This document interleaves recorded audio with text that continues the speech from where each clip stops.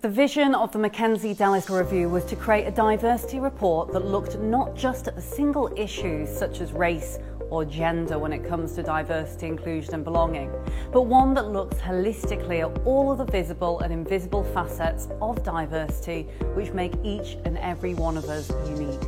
By factoring in these 10 specific facets of diversity, inclusion and belonging, organisations can get a very real and measured account of exactly where they are today. They can then look at the ways in which they can move their dials significantly forward by identifying the areas that need the most work and development. The Mackenzie Dellis Annual Review is the most comprehensive corporate survey that really digs into the 10 facets of diversity and inclusion. The 10 facets are important because it actually puts a framework around it that makes the industry have a better opportunity to manage it in both the UK and the United States. The diagnostics in the report help organisations benchmark it themselves against what the industry is doing, how they report, measure, but most importantly take action on the findings across the report. It's useful data that, in my opinion, everybody who is responsible for culture should absolutely read. So you should take time to read the report, and I know there are many reports that cover the different characteristics.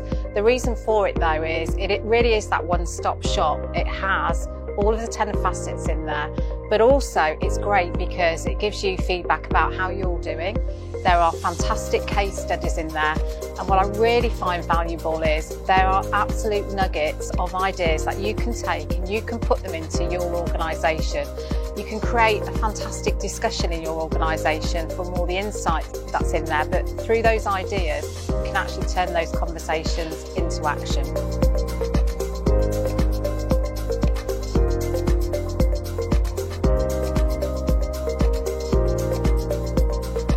The future of diversity is in reporting. It's so important. We say at the foundation, what gets measured gets done, but you can't improve unless you can measure. And so it takes inclusion, diversity and belonging within all forms of organisation to a place where you actually know if you're making progress, you understand what your baseline is, and unless you can do those things, it's just talk, it's just in the abstract. So what we do is we provide practical solutions to allow people to affect the change.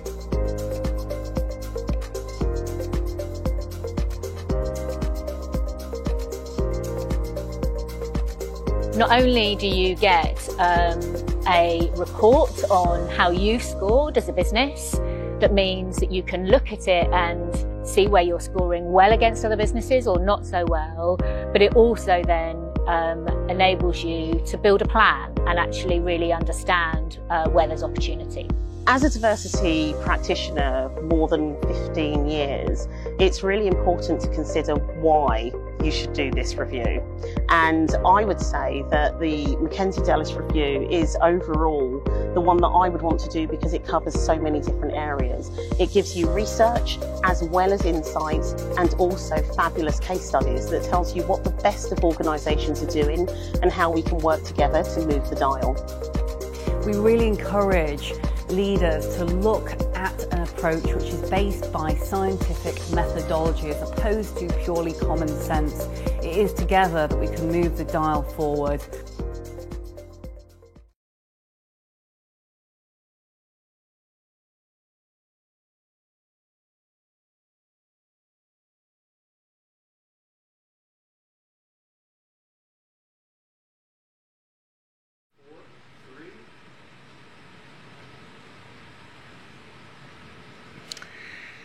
Hello and a very warm welcome indeed to the inaugural launch of our USA Mackenzie Dellis Review in partnership with Verizon, Walgreens Boots Alliance and Dial Global. At this hugely unprecedented time in the world and within society, we need more now than ever before diversity, inclusion, belonging and equity within our workplaces. The world is a rich smorgasbord of talent at all different levels and within all different organisations, and business has the transformative power to really change society for the good. And that's really why we created the Mackenzie Dellis Annual Review, which is here for the very first time in the USA, live from New York, where we're joined by some of the world's most innovative and forward-thinking leaders of today. We're going to be announcing very, very shortly some of the results of this review. Now, you may be thinking, why is this review different from all of the other diagnostic reviews and tools that are out there at the moment? Well, it's different because we're looking very closely at intersectionality and the 10 holistic facets of diversity, inclusion, belonging and equity that really make up this richness of each and every one of us. My name is Layla Mackenzie Dellis, and I'm the founder of the Mackenzie Dellis Charitable Foundation and Review and the CEO of Dial Global. And as the adopted daughter of two wonderful white working class British parents, I know that diversity means many, many things to many different people. And it means different things to every one of the leaders who joins us today, who has been part of this momentous review and who is sitting watching right now. So a very warm welcome to each and every one of you who is tuning in from all around the world. And throughout the day, as we're joined by these spectacular leaders and their organizations, I'd love you really to think about what it is that makes you unique as a human being. Whether it be parenthood, caring responsibilities, whether it be neurodiversity, dyslexia, whether it be race, religion, belief, socioeconomic status, culture, all of these rich idiosyncratic details make up each and every one of us. And what we're really trying to do now is to be able to bring those superpowers, those differences to the world of work for greater business, greater competitive advantage, and to benefit wider society. Now, as I said, I'm joined today, absolutely thrilled to be joined by some of the world's most innovative, thought-provoking and transformational leaders from some of the world's largest organisations. We've had an overwhelming response to the review this year. We've had organisations including the likes of Barclays, Walgreens, HH Global, Xerox. We've had Unilever participate. The list goes on, and we will be joined by just a couple of those chief diversity officers, those chief innovation officers, those CEOs who are driving forth as beacons for change, who will be sharing their insights, the leading practice that they've seen within the industry, and how they are placing diversity, inclusion and equity at the heart of their business strategies. We're also joined by some of the world's most brilliant media executives, one who will be joining me to kickstart our day from LinkedIn today, but we also want to pay a huge thank you to the likes of Yahoo, to Fast Company, through to our diverse publications as well at home, and to Yahoo as well, whose journalists are kindly covering a number of our reports today. So sit back, enjoy, relax as we dive deep into uncovering some of the forward-thinking trends that we're going to be seeing throughout 2022 and looking at how the world of work has really changed, hopefully for the better. Thank you so much. Now, to kickstart this brilliant day, I'm joined by someone who I have to say has been someone that I have followed for a very long time indeed. This is the first time I'm meeting her in 3D or IRL, in real life, as the saying goes. Her name is Caroline Fairchild, and she is editor at large for LinkedIn. She's got a top 10 newsletter. It's all about working together, and she's been tracking progress of some of our largest organisations in the Fortune 500, really diving into what it is that makes these leaders, these organisations tick, and why we need to be placing diversity, inclusion, belonging at the centre of what we do when it comes to transformative business strategy. Welcome. Thank you so much for having me. We were just talking about how this is my first in-person event, and I can't think of a better one for it to be. So I'm so happy to be here.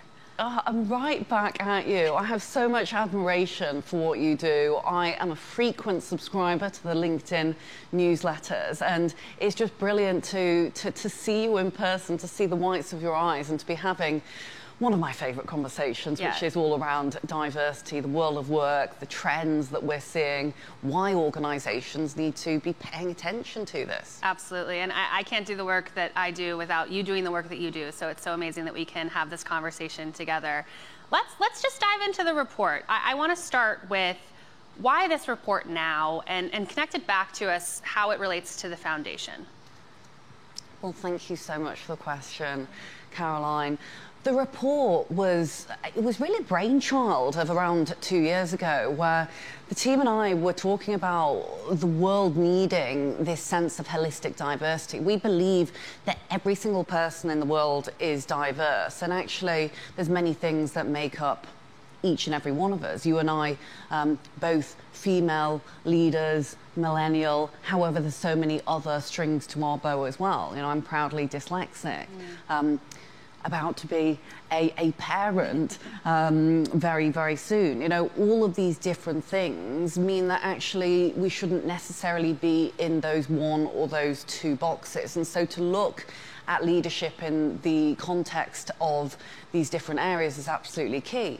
But then also to look at the classic corporate hierarchy, where, you know, what we've seen historically from a lot of the white papers and the reviews that are out there is that diversity statistics may look rather positive, which again is great. But actually, when you really scrutinize and dig underneath the skin of some of these reports, the higher and higher up in the corporate hierarchy you get, the lower and the lower each and every one of those 10 facets is. And that problem area is the CEO -2. That is where we're seeing the limitations when it comes to all of those facets. And so that's really the area that we wanted to choose to impact as much as we possibly could. And obviously we've, you know, been so thoroughly lucky to have brilliant chief executives and leaders who have been backing us on affecting change to that layer. Absolutely, and I want to get to some of the disconnects in the report because there are many and they are fascinating. Before we do that, let's start with traditional diversity audits. I think particularly here in the US, most of them focus on gender. In the last 2 years after the murder of George Floyd, we're seeing a lot more of them. Unfortunately, think about intersectionality when it comes to race and gender. But some just stop there. What's missing when we just think about those two facets in terms of traditional view of diversity, equity, and inclusion? It's a great question, Caroline, and I think to answer in a rather simplistic way, I would actually say it's rather surface level.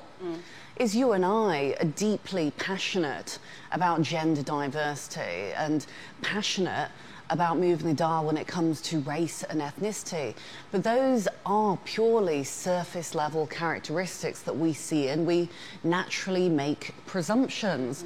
What about all of the diversities that are invisible and they sit below the surface level? And we take socioeconomic status, you know, we take neurodiversity, we take many elements of disability, which frankly, in this virtual world and of the last couple of years of the pandemic, actually it's not always possible to see below the shoulder level. And so we don't actually fully understand the true picture of what that leader, you know, maybe, you know, make up their, you know, what makes up their leadership journey from just those surface level characteristics. All right, so let's get our viewers a little bit under the hood here. So the index focuses on these 10 facets.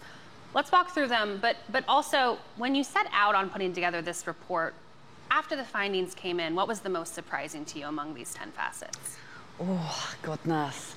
There are so many surprising pieces and so many overwhelmingly positive aspects. I think generally speaking, organizations really want to do the right thing.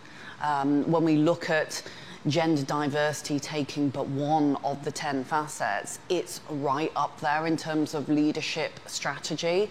But when we look under the hood at the actual statistics themselves, we've got a very small proportion still that actually make up that CEO -2 and those leadership positions in the fortune ultimately. Well, that disconnect that you're talking about, 4 in 5, so 85% participating U.S. companies says that they specify gender diversity in leadership succession planning. Similar number track progress towards it, yet less than 1 in 10, 8% have at least 50 female representation on their senior leadership team. I don't know why, but I was really struck by this disconnect, and I think it's one thing to read about it in the news or to have conversations like this, but to see the numbers on paper, to see the commitment and the lack of progress. What do you attribute to this disconnect? I think the willingness is there, but it's how do we connect the hearts and the minds, the willingness, the want and the desire with the fact that what gets measured gets managed ultimately. And this is why with the review, we're looking at this, obviously this is the inaugural review. Next year we want it to be double the size because we see this as being the blueprint for leading practice on the 10 facets, but it's tracked annually. We do not want to be sitting here in a couple of years' time saying, hey, quoting some of the review statistics from a number of years ago, because we don't have that time to wait. We need persistence, we need progress, we need constant push and power behind this to really truly move the dial. Absolutely. And you and I have been having conversations with leaders about this topic for many, many years. I'm curious from your seat how you see the pandemic changing how companies have approached this issue. There's been a number of different ways, and again, there's been more equity across the board when it comes to male, female, single-sex couples, single parents who are able to adopt and embrace certain levels of flexibility, and also humanity. You know, often the partner has taken over care and responsibilities when perhaps they didn't classically do that before, so there's been somewhat of a shift, which has been great. That said, it has also been really tough on women and others within the diverse spectrums, because ultimately if you are a single parent, you have those sole caring responsibilities, the burden has really been magnified beyond belief, and so it has set us back somewhat when it comes to seeing that progression within our statistics. Right. And, no, I just hope that organisations, which we're starting to see now, you know, embrace hybrid working, embrace flexible working as the standard. Yeah. You know, it is allowed many of those avenues to really open up, and for organisations to have this as a core factor. Right. Before the pandemic, we did a number of surveys at LinkedIn, and we found the #1 perk that working women wanted was flexibility, and now we're seeing that in droves. I know when it comes to data, hypotheses are not something that a lot of people like to do, but we have right now parenthood ranking 3 in terms of the 10 facets in terms of progress. Do you think that that would have been the case? Do you think parenthood would have been that high if the pandemic hadn't have happened?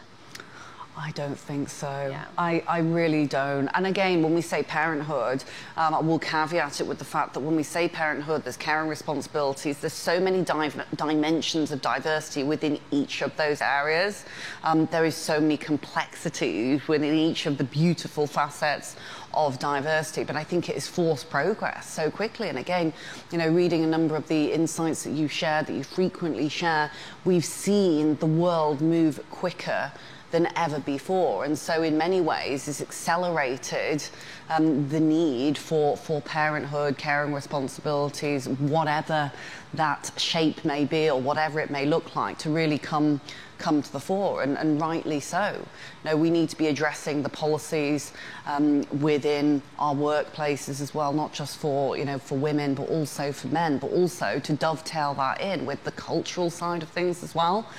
Great having policies and procedures and numbers in place, but if we don't also then have the culture that says, hey, do you know what, it's okay for, you know, our parenthood policy, say, to actually take longer than 2 weeks, then the policy piece of paper is worth nothing. Yeah, I think some of the fears that I'm hearing from business leaders right now, and you know, we're 2 years into this pandemic, is a lot of the policies that were put in place happened virtually overnight. Companies were forced to go into remote work overnight, and so it wasn't this gradual shift that allowed a lot of thinking, but instead it was something that just happened. And because of that, the cultural components that you're discussing may not be there in some of these companies who were forced to put these policies in place. So it's interesting to hear, even this far into the pandemic, how much work corporations still have to do, particularly when it comes to supporting working parents. Yeah. All right, let's dive into some of the other facets. We only have so much time. I told your team that I wanted to get into all 10, but I don't think we're going to have time to do that. But I do want to hit on one, which is it's really top of mind for me right now, which is the LGBTQ+ community.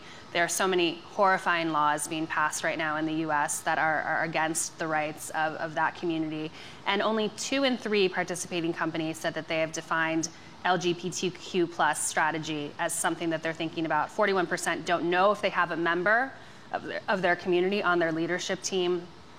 That struck me as one of the most surprising findings. What are the opportunities for improvement there? Any best practices, perhaps from some of the case studies that are in the report, that viewers who are joining us now should think about? There are so many rich insights within the review, without sounding too biased here, obviously. But the organisations that have contributed have been so brave in putting their heads above the parapet when it comes to showcasing the richness of these case studies and these results. It has just been truly momentous. I would say it's easy for organisations to think, oh, hey, gender, you know, we've been talking about this for ages, LGBTQ+, we've been talking about this for ages. As a community, you know, it's often that we see, you know, loud, proud, brilliant, colourful, you know, campaigns happening.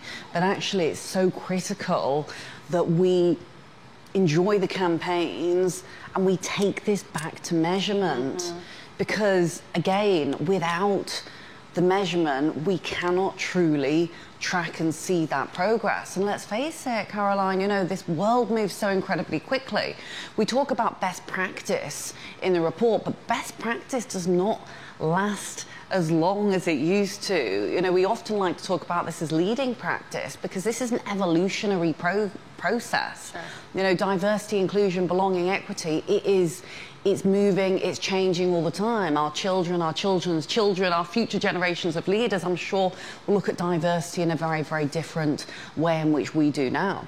LGBTQ+, to your point, was LGBT, is now LGBTQ+ IA. Yeah. And within each of those dimensions, again, we see many different areas of identification and self-identification, and that's really something that is determined by those individuals.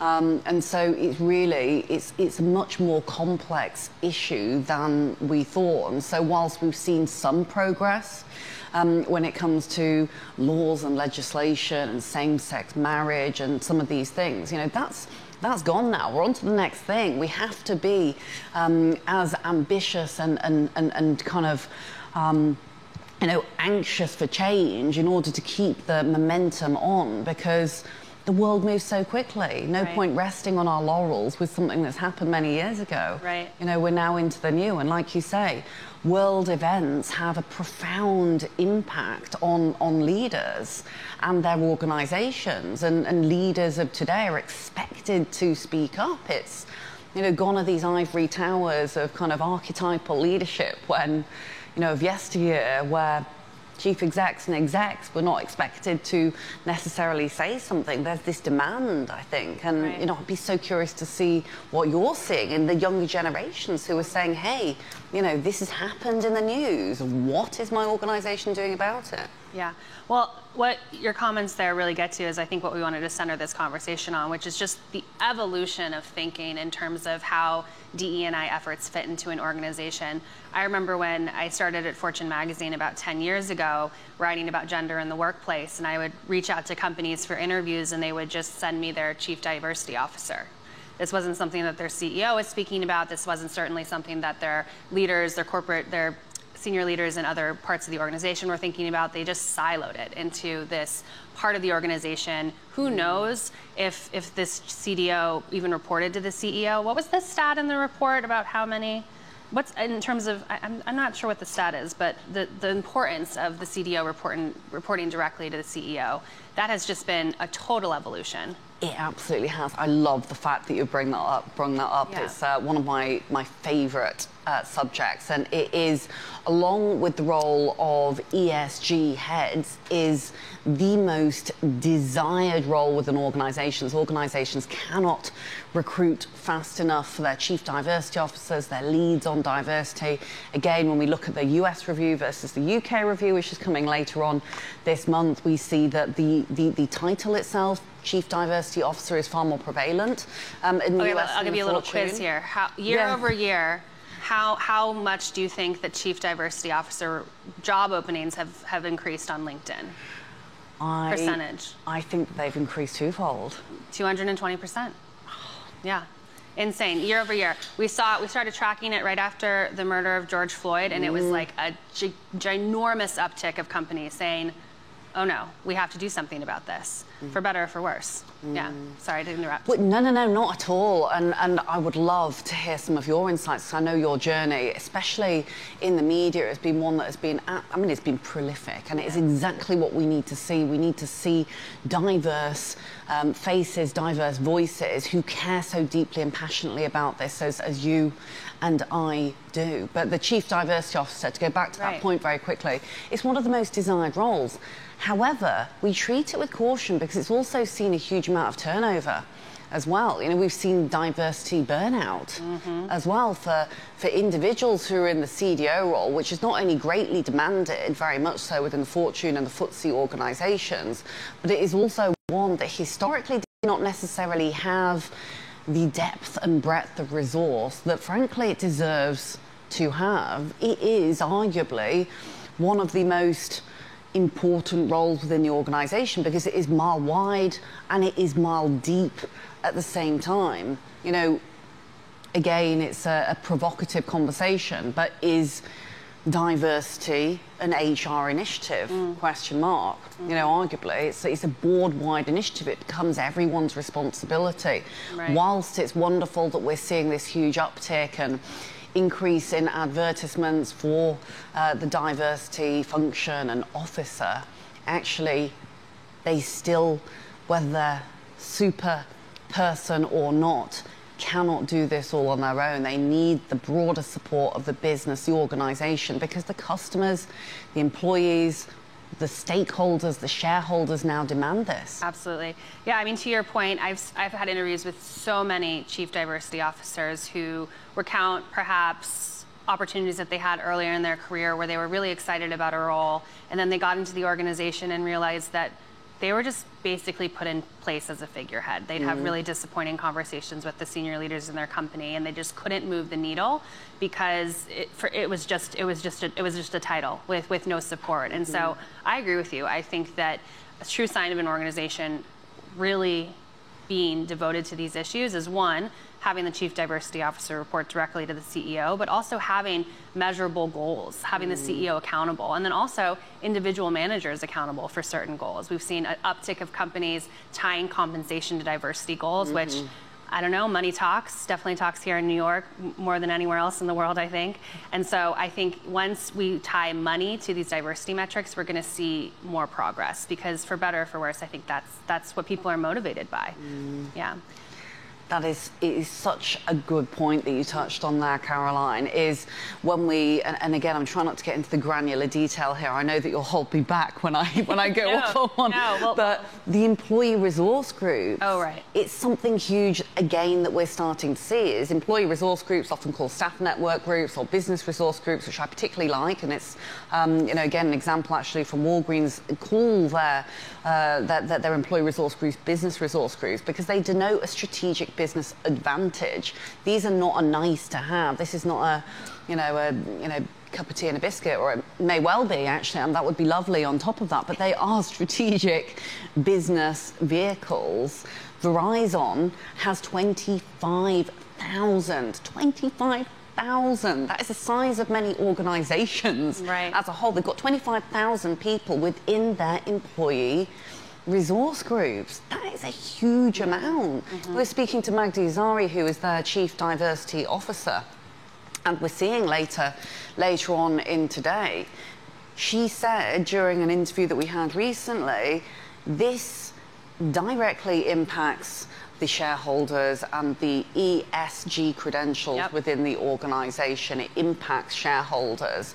And so actually, when you look at the broader picture, you look at a lot of the organisations that we've surveyed and, you know, look at the Fortune organisations that you speak with, many of them do not remunerate the employee resource group. So will we start to see a fluctuation and a change in that? Because they're driven for good, for bad, for better or worse by passion. They're fueled by passion. They're not fueled necessarily by financials. Well, unfortunately, I'm just going to take us deeper down this rabbit hole, because I could talk about employee resource groups for a long time, the good, the bad, the ugly. Let's talk about the bad. I think, well, let's talk about, first, I think that employee resource groups are some of the most under-resourced, undervalued resources that companies have. I think that when these were set up, they were set up as something that was kind of a nice to have. But I think in today's environment, if you are not over leveraging your employee resource groups in many different facets, then you're doing your company a disservice. Some of the more encouraging trends that I'm seeing is that several companies, including LinkedIn, have started to actually pay the heads of their employee resource groups for the contributions that they are making to their companies. Unfortunately, a lot of the work that goes into employee resource groups, particularly if you're leading one of these organizations, is unpaid. It's just an extracurricular that you have on top of your regular responsibilities for your job. And what I've seen is that that can actually deter you in terms of your advancement in your career, because you're spending so much time at your ERG, which, by the way, you're not getting paid for, that perhaps some of your goals for your position in sales or marketing or product are actually not being met. And so I think that that is an advancement. Having this be seen as a critical part of the organization and supplementing it with pay, I think is great. Unfortunately, what we saw a lot in the pandemic, and what I had a lot of interviews with both members of ERG groups, but also, you know, onlys on teams. So perhaps you're the only Black woman on your team. As soon as the murder of George Floyd happened, leaders, well-intentioned leaders, looked at the only Black person on their team and said, can you help us fix this? And that just put an emotional burden on an underserved, underrepresented population in our workforce who are already dealing with these tragedies personally. And then having them have to then fix this for their organization, it was unconscionable. And so the best organizations, I think, what responded to that and said, this isn't just for the women to solve. This isn't just for our Black employees to solve. This is for all of us to solve. And I think that that evolution happens slower than it should have. But I think that the employee resource groups are just something that a lot of companies are rethinking in good time, which is great. You make some absolutely superb points there. Can we expect those within those certain groups to be solving the issue? Absolutely not. Yeah. How is that right?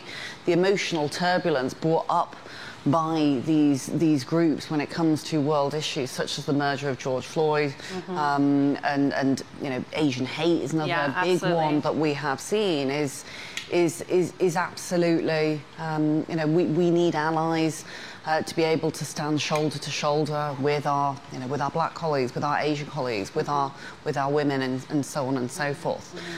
But I'd love to ask a couple of questions back to you, Caroline. Turning the roles here. Yes, of course. Because I've watched you for so many years interviewing some of the world's most innovative leaders, and I'd just love to find out a little bit more about some of the things that you've seen and you've experienced personally, because you've spoken about this from the heart for so many years. You know, with the Top 10 newsletter working together, you are and have always been at this forefront of modern 21st century diversity and inclusion. What have been some of the highlights that you've seen, and what have been some of the surprising things that you believe we have got to make sure we focus on this year? Right. Well, as I was reviewing the report last night, I had this epiphany when I kind of realized that both my career as well as the conversations that I've had with business leaders over the past decade are a direct reflection of this report. When I started out at Fortune magazine 10 years ago, I wrote about gender. And it was fine just to write about gender, and that was mostly what people were talking about when you said diversity, equity. I think it was just diversity then. I don't even know if equity and inclusion were part of the dialogue at that point. When you talked about diversity, what people really meant was gender diversity. And of course that was never said and that was never put anywhere, but for better or for worse, when I had conversations with leaders, that was what we talked about, women. And I think it was because of multiple things. I think, certainly a few years later, the Me Too movement here and globally shined a light on, particularly in male-dominated industries, but also I think that moving the needle on gender, displaying projects on gender, was easy for corporate leaders to swallow, and it was also something that, they, like you said, was surface level, something that they could show progress towards. And so fast forward to today, where I don't write about gender in the workplace, I don't write about professional women, I write about equity in the workplace, and that is multi-dimensioned. That has to do with everything that has to do with this report. And I've seen that evolution in my reporting, and I've also seen it with the conversations that I've had with leaders. I think what's most interesting and the starkest example of this is at the start of the pandemic was, like I said, these used to be conversations that I was only having with specific people in the company. You know, I'd send an email to a press alias at Goldman Sachs or Citi or whatever the company is, and I'd say I'd like to talk about XYZ, and they'd say, well, we'd love for you to talk to our chief diversity officer. Now these are topics that, as you mentioned, that CEOs know they have to be out there talking about because their customers are expecting it, their employees are expecting it, and quite frankly, they know that if they are not talking about these issues, they're going to fall behind for many of the business reasons that the report outlines. And what I will say also is something that, when I think back to earlier in my career, when I was mostly speaking to female leaders as well, now I'm seeing male leaders speak out about these issues a lot more. And I think it's because, like I said, without everyone coming to the table to solve these problems, I think companies have finally started to understand that they're going to be at a competitive disadvantage. And so this is no longer a nice to have. This is no longer something that is siloed into part of the organization. It's something that I believe, and I think is encouraging, some of the results of the report are very encouraging, that companies are actually putting a main stake agenda as part of a business imperative for their future. Yeah. That was a perfectly articulated summary, and it makes me smile that you have seen this progress, because arguably, and this is a fabulous conversation between two female leaders, but how far can we get by preaching to the converted? We have to broaden out the conversation. So the fact that you've seen this pivotal shift from being sent to diversity, to being sent from HR now to being sent to the CEO, it's again a trend that we've seen mirrored not only in the UK but here in the States, is CEOs and executives as beacons for positive activism around the societal aspects, and that is, ESG. We've seen that absolutely come to the fore this year. So it's really, really great to hear that. Really, really great to hear that. And the evolution of language, to your point as well, diversity becomes diversity, equity, inclusion. Diversity, equity, inclusion, belonging.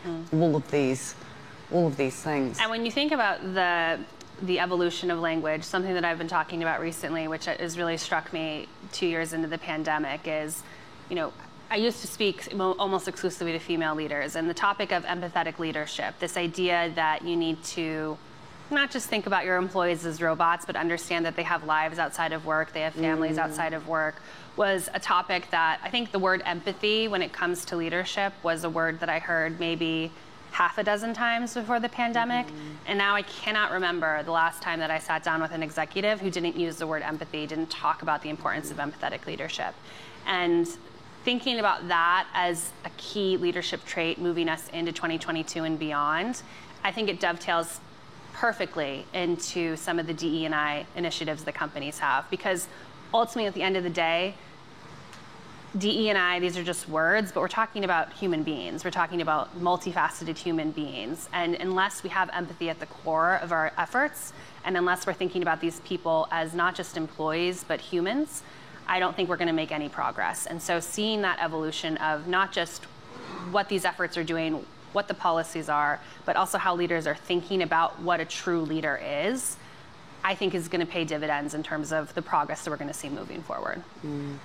absolutely spot on. And arguably, this is one of the most desired leadership traits right now, thankfully, for the future, is whilst this digital, fast-paced world can emulate so many different things, one thing it cannot replicate, the digital world cannot replicate, is that real, deep human connection, that empathy. And some of the most brilliant leaders, many of which who are here throughout the day, I believe are so brilliant at what they do because they have that capability to connect on an emotionally articulate level. They've got incredibly high EI. Yep.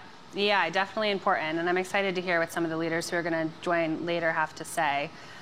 We're not doing the report a service. We've talked most about gender and race.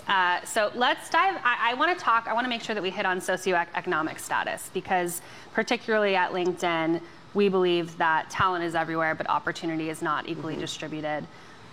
What are recommendations to fold into the data when it comes to DE&I strategies when we think about making sure that socioeconomic status is folded into how we think about hiring, how we think about retention, how we think about who is getting the opportunities to join specific firms? Well, socioeconomic status is something that touches each and every one of us. And in particular, when you look at the UK v. the US, which is another fascinating debate, is that privilege and class is something that plays its part in a spectrum almost basis, actually, and it shouldn't be something that we're necessarily ashamed to speak about. And what we've seen is this great shift in a positive way through often what is a lot more digital interfaces, of course, hiring, recruitment, etc., where we don't need talent to be within our city centres. We don't need our talent to be in the historic hubs where many of the corporate organisations would typically be. Actually, we're able to have individuals who are working remotely, therefore actually could be in more of the impoverished areas of society, which is a great thing. It is a great thing. But again, we talk right at the beginning, we loop back to some of the conversations we were having when we kick-started. Socioeconomic status is something that, you know, often is not visible to the naked eye.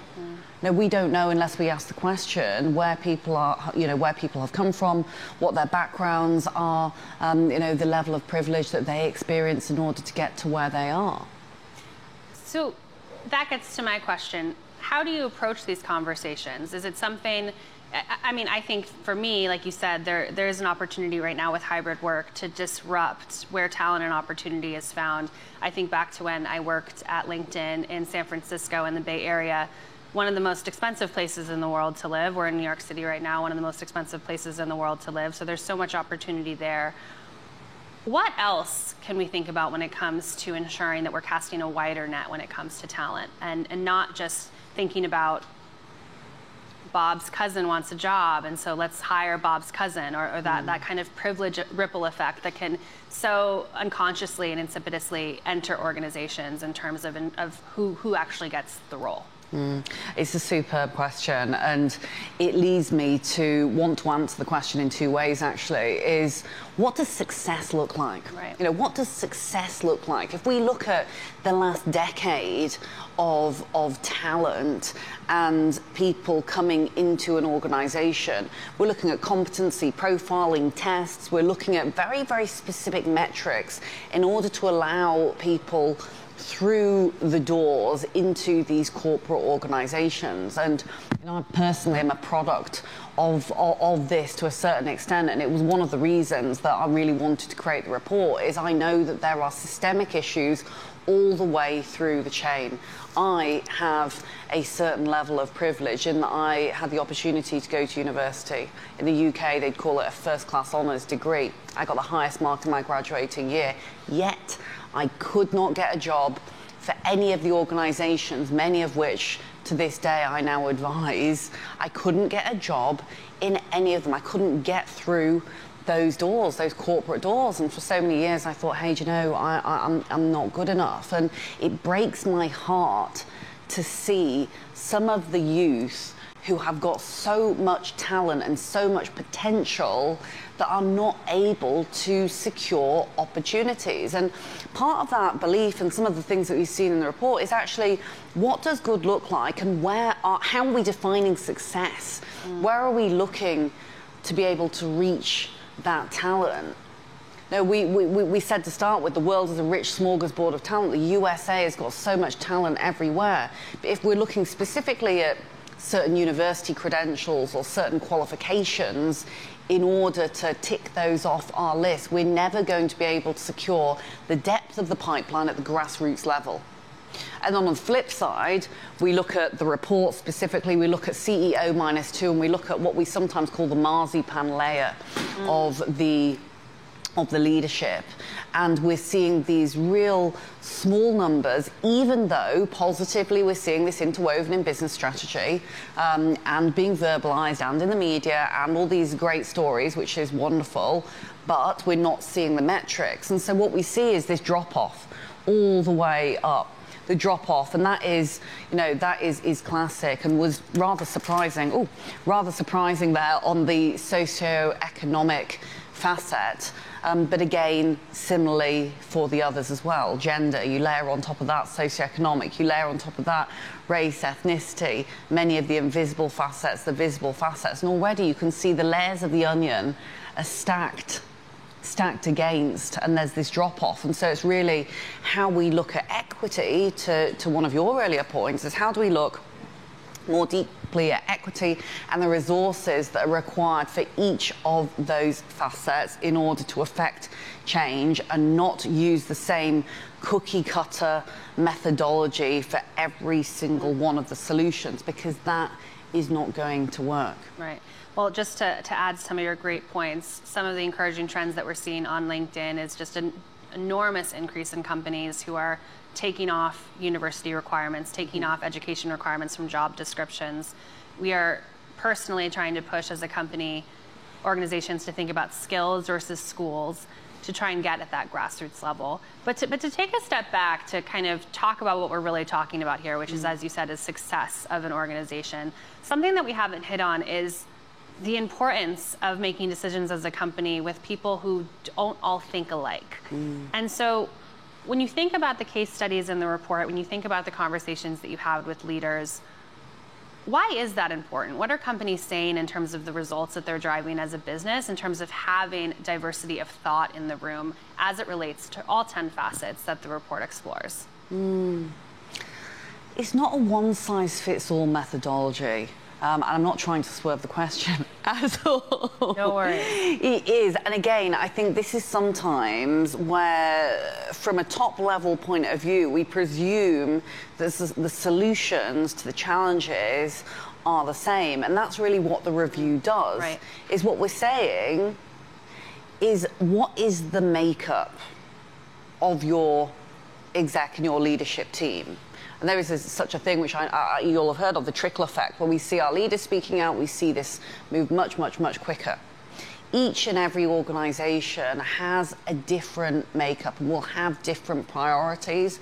And so it's really the benefits of taking part in the review are, where do we sit when it comes to each and every one of those facets? And, seeing that visually, how do we eat the elephant chunk by chunk, as the saying goes, because to consume the whole elephant in one go is near on impossible. Actually, we need to look at, where does our specific organization have its great positives, where does our specific organization have its challenges, and put the effort and the resource into those facets, because we did see some differences in terms of the organizations when it came to gender, socioeconomic status, religion, parenthood, care and responsibilities. Different organizations have prioritized different things, hence using this. Sorry to interrupt, but those priorities, where did they start in terms of different organizations? I know that the report delved into a variety of different industries. I'm sure that the central point of where companies are starting on this issue comes from a place of well-intention.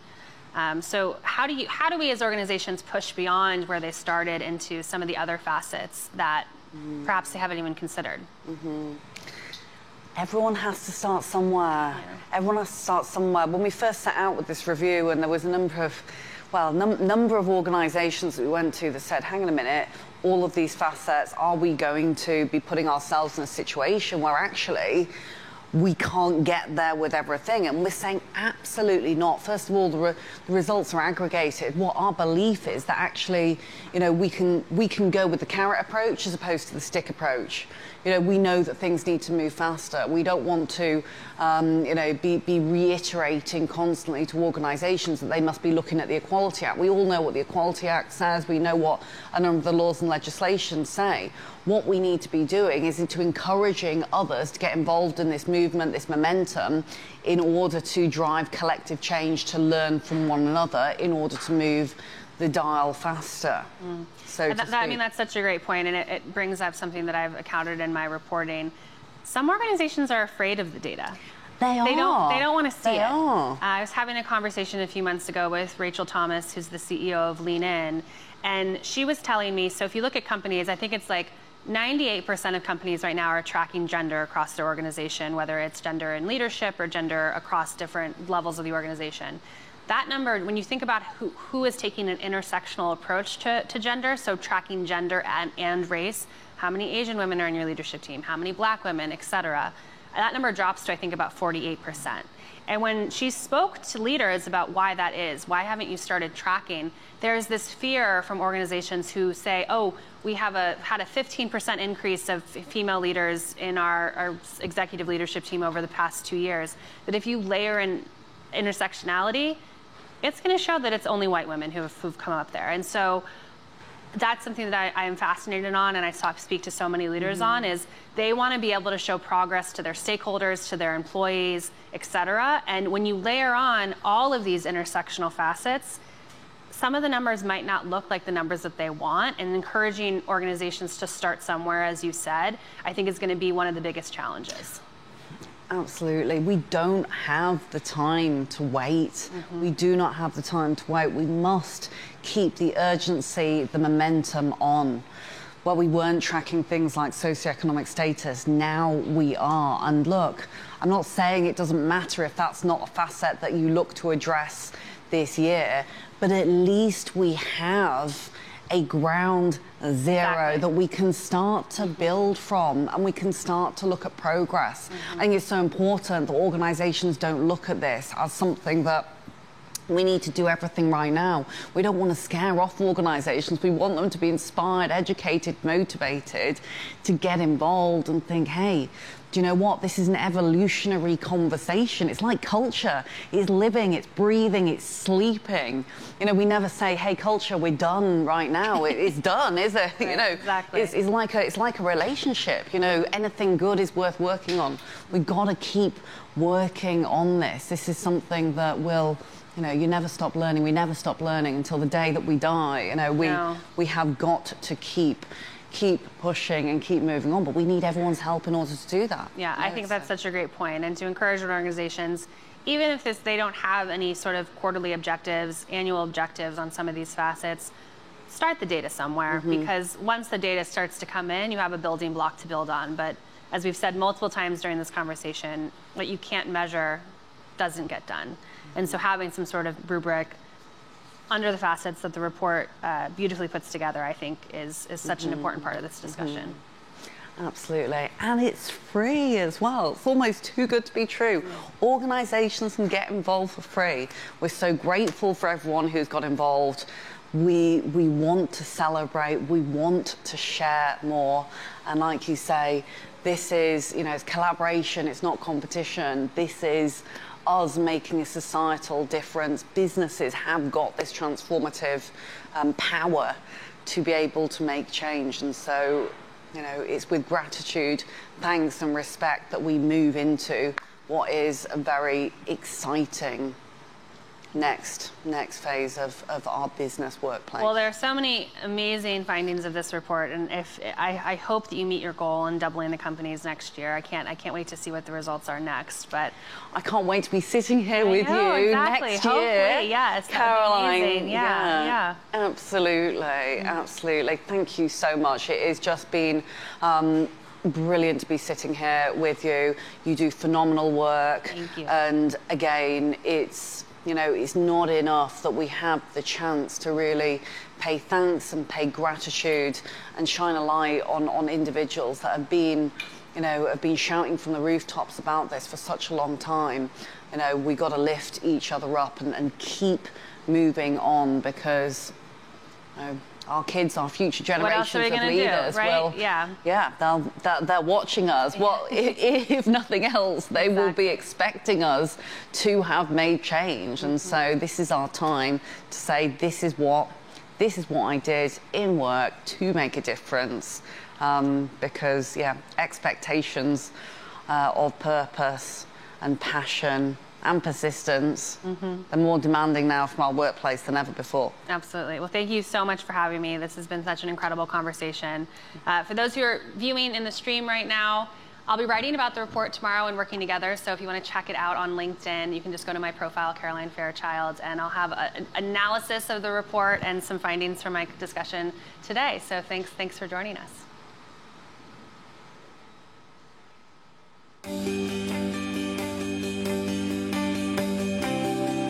This is who we are.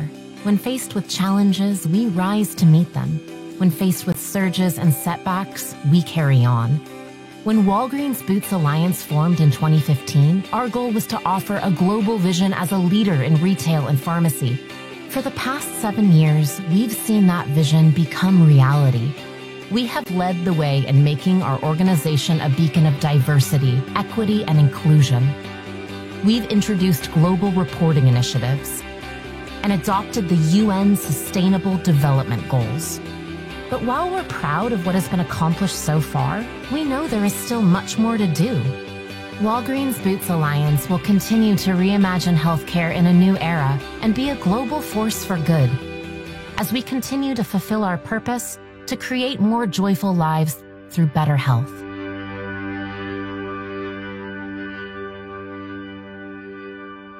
We are WBA.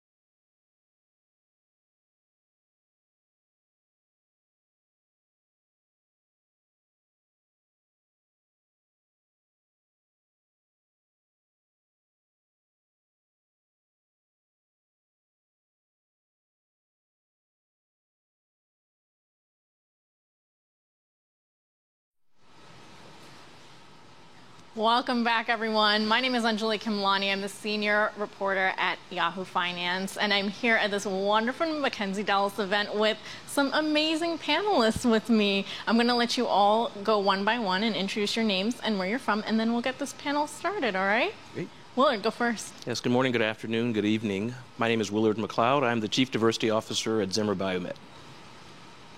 All right. Anjali, thanks for the welcome. Hello, everyone. My name's Ray Dempsey. I'm the Group Chief Diversity Officer for Barclays Bank. Hi there. Thank you for the welcome. My name's Kevin Dunkley. I'm the Chief Sustainability Officer of HH Global. And Ram, who's joining us virtually. Hi, Anjali. Hello, everyone. Good afternoon, good morning, good evening. Happy to be here. Again, my name is Ramses Jean-Louis. I'm the Chief Diversity Officer at Pfizer. Happy to be here.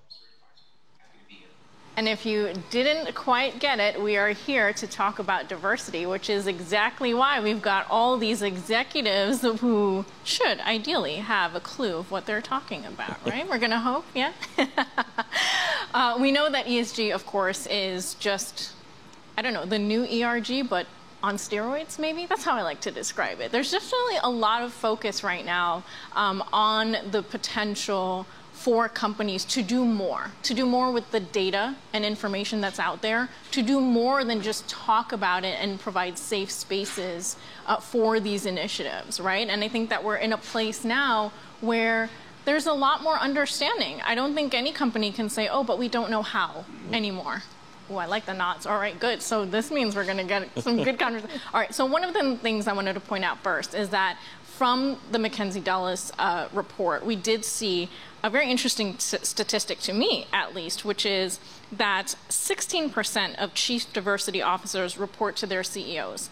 That seems to be a pretty low number. I know there's been some criticism out there about that idea. So by a raise of hands, because we're in school, who reports directly to their CEO? We've got one. 1 of 4. So that follows the statistic.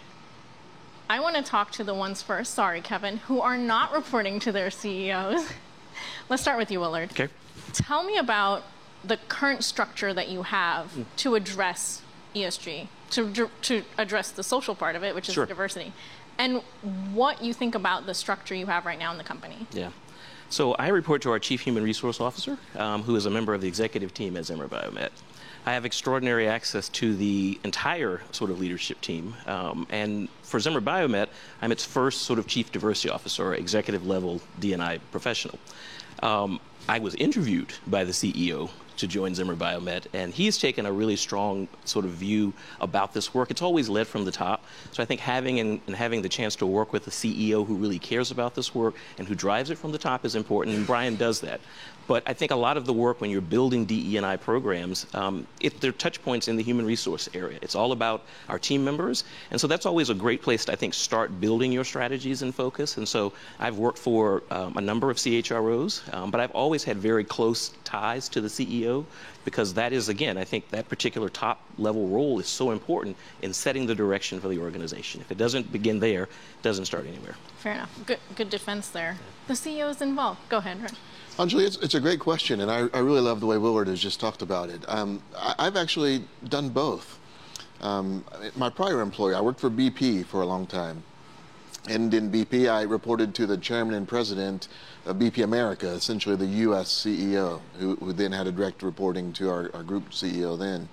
At Barclays, I report, like Willard does, to the Chief Human Resource Officer, the HR Director. And there are differences, but I'm not sure that it's crystal clear to me that there's one that is absolutely better than the other. From inside the HR function, my access to data, my access to the core people processes, from recruiting and talent attraction to talent assessment and promotions, is actually direct and deep. And from outside the HR function, while I was welcomed and I had a great partnership, I was still sort of on the outside. So there's different kinds of influence that you can wield in both places. And I think the most important element is what Willard mentioned, that access to the CEO and other senior leaders. And my access to the CEO at Barclays and others on our executive committee and even our board of directors has been just outstanding. And it has really underpinned our ability to drive progress. So what I'm hearing is access better than structure. It's okay if you're not directly part of that circle, as long as you can knock on the door and open the conversation when you need to, pretty much. Ram, I'm going to come over to you now. Tell me about your experience. Who do you report to? Sure. I'm in the HR function as well. I report into the head of talent acquisition. But although I report into human resources, just overall, my responsibilities go beyond that. When we take a look at our approach to diversity, equity, inclusion, we have a holistic approach. We take a look at what we're doing for our employees. We call our employees colleagues. We take a look at what we're doing for our patients. And we also take a look at what we're doing for everybody else, how we're showing up in society from a supplier diversity perspective, as well as how we're showing up from a philanthropic perspective is important. So I think, the key words were all used, by my colleagues previously in terms of it's really all about access and it's all about influence. And there's an assumption that, the frequency or your proximity to the CEO will yield greater influence. However, I have a regular cadence where I meet with our chief executive officer and I meet with our executive leadership team, as well as I believe having access to the board of directors is something that's critically important. Getting in front of your board of directors, reporting out on a regular basis, and really making sure that you're setting up that system of accountability across the entire organization is key. Good. Kevin, now that you've heard all of this and heard the people who aren't with the same access, access they have, but not with the same position, same structure, how do you feel being directly reporting to the CEO helps or doesn't help? I think the reason that I am reporting is the legacy of how I got into this journey. So it was reporting to the chairman at the time, who stepped up. He was the CEO at the time. The current CEO is equally as passionate about it. So I've always had that access, and it's always been something that we decided was front and center of how we were going to operate as a business. But we came from the other side of the tracks, meaning the E of the ESG. So we started off cutting our teeth on the environmental side. Back to your point about data is key to know where you're starting from.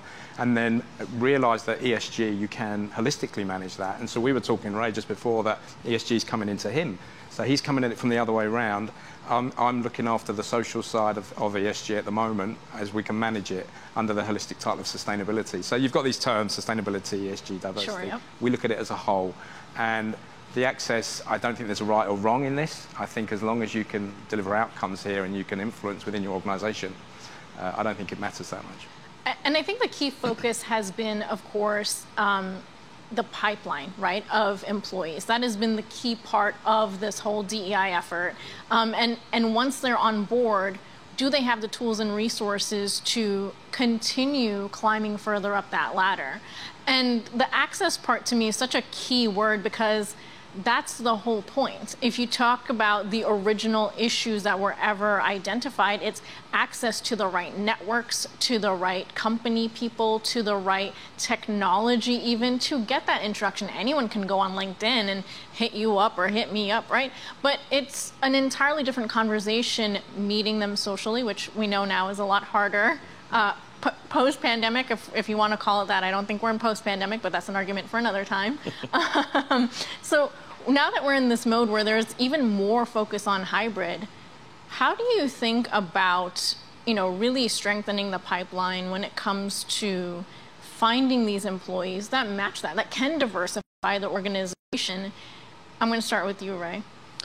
Anjali, it's something that we talk about every day. I'm sure. In Barclays, and for me, there's a couple of truths that I want to highlight. On one hand, we have to be determined in the way that we widen the way we cast our net to attract talent. We've got to go and recruit at places that we haven't always gone. We've got to go and look in places that we haven't always looked. But that's still not enough. In service of really developing a full pipeline that will yield talent in years to come, we know we've got to invest in early years of education. We've got to go to high schools and middle schools and maybe even elementary schools and inspire curiosity in financial services, the work we do. Inspire curiosity about career possibilities that may not exist in the communities where we know we have to drive talent to meet our needs and to get work done in years to come. Kevin? Well, I think what's been interesting is the client relationship has helped us. So social value programs, social outreach into the early schooling system, and providing a pathway, mentoring, internship, apprenticeships. That's been something we've seen a lot of, particularly in the UK side of our organisation. And it's now being demanded in contracts as well. So our clients are starting to say, we need to see some social aspect to the contract, or you're not winning it and you're not retaining it. So there's that aspect of it. And then from the employee and attraction perspective, if you're not seen as being a responsible business citizen, you're not recruiting anybody, full stop. So I think it's about being an authentic destination employer. But you've got to walk the walk. It's all right talking, you've got to be doing this stuff. So I think that partnership and collaboration with clients has been key for us. You've both touched on two things that I'm going to follow up on. Go ahead, Willard. Sure. No, but I think it's important to understand. I think a lot of organizations that have been leading a lot of the next practice, best practice work, understands, I think has been pointed out, the need to build the pipeline earlier. I think we have learned and are learning a lot about what we need to do internally to build those pipelines, and we're going to talk more about that, but the building goals, setting goals at different levels, I think are important. Having great plans to achieve those goals, I think, make sure that you build a deep pipeline of talent, but I think we're recognizing the generations that, again, don't know what we do in medical technology. So how are we out there getting in front of them earlier, investing in programs so that they see there's a pathway to different opportunities that they may not have thought about in their own experiences or life experiences. So I think, organizations that are really thinking about this for the future are investing in those types of programs. And we do that through our ZB Foundation, Zimmer Biomet Foundation, and I know a number of organizations do that as well through their foundations. Another thing to follow up on. Ram, I'm going to give you an opportunity.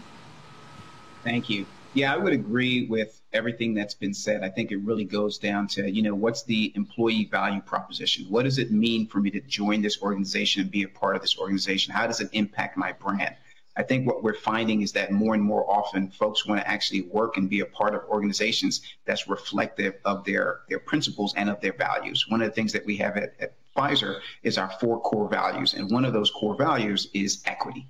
The value of equity. And I'm proud to say that we've had that for years, even prior to the racial climax that we all experienced in the summer of 2020. So having values that really resonate with, employees or potential employees is something that's very important. The other piece as well is, how do you engage authentically with different communities? How do we, we all want to be reflective of the global communities we serve, but we have to move beyond the transactional and really show that, we have a stake in the game. So we have to build those authentic relationships, and you have to do that through your ESG network. How you show up, how often are you there, what are you doing, how are you influencing early STEM? All of those are important pieces.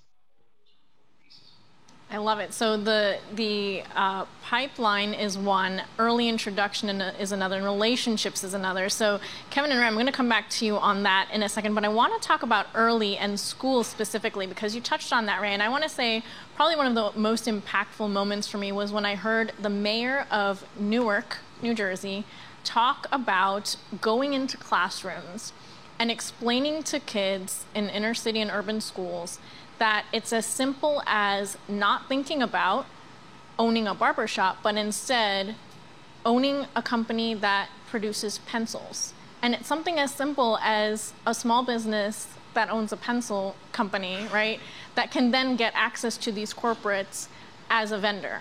And it's just something small, just changing the dynamic of what they see.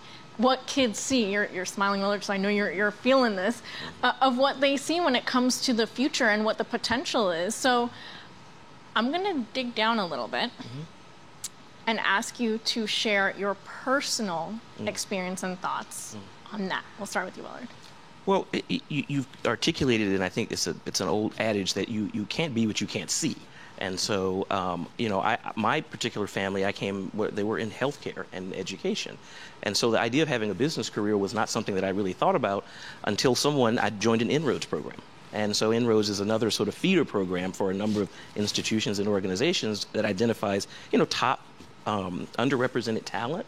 And so being in that program really opened up a view of the world for me that I could have a career in business, started building mentors and relationships through that. So I've actually have a lived experience of seeing and being a part of something that may not have been sort of where my particular life may have unfolded unless I had the chance to be a part of a program like an En-ROADS. So, and I think the investment in those programs to give underrepresented populations the chance to work in companies is so critical to building that pipeline that we know we need for the future. Right.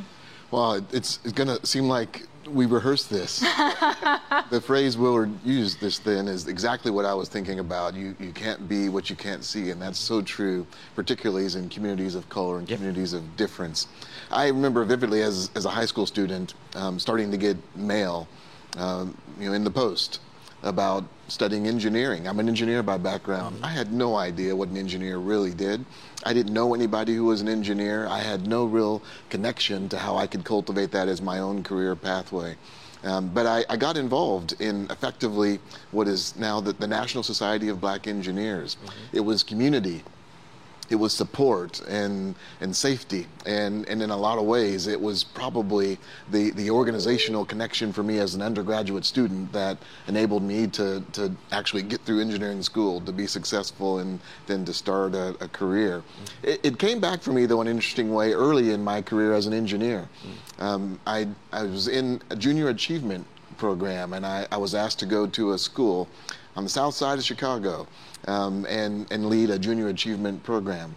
And I was new in Chicago. I didn't really know Chicago well. I didn't realize when I got there that it was a difficult place until I went through the metal detectors to enter the school.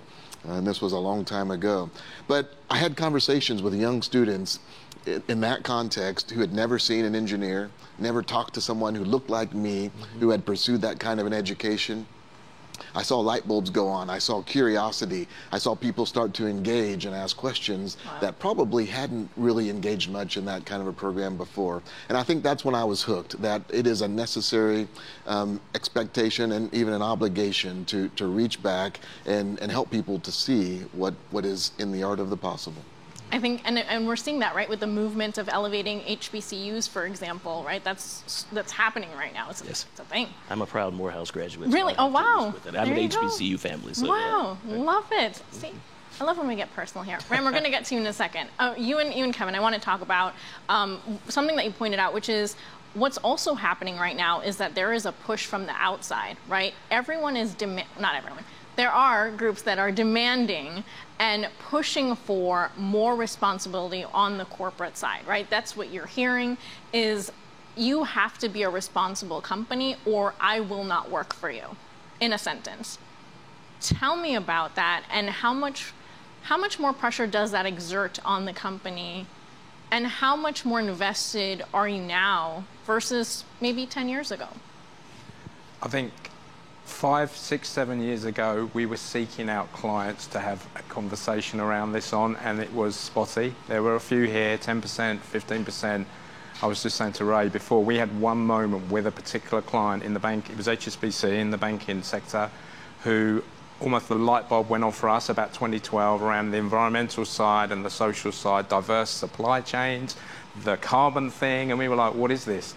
And our CEO at the time said, this is meaningful to our client, it's meaningful to me, go lead this thing. So I came from the CIO tech side, and I'm grateful for that opportunity because it's been a learning experience and still is now. And then as the years have gone by, we discovered the UN goals, our clients discovered this framework around the holistic way of thinking about ESG, which was never called that then. It was sustainability or CSR or responsible business. And now it just feels like this has accelerated where every single organisation we work with, both downstream and upstream, and our own environment, are passionate about this. People are popping up at the client side. And what I've also seen happening is you become more of a partner to the client. This is the only topic I can think of where you're all on the same team.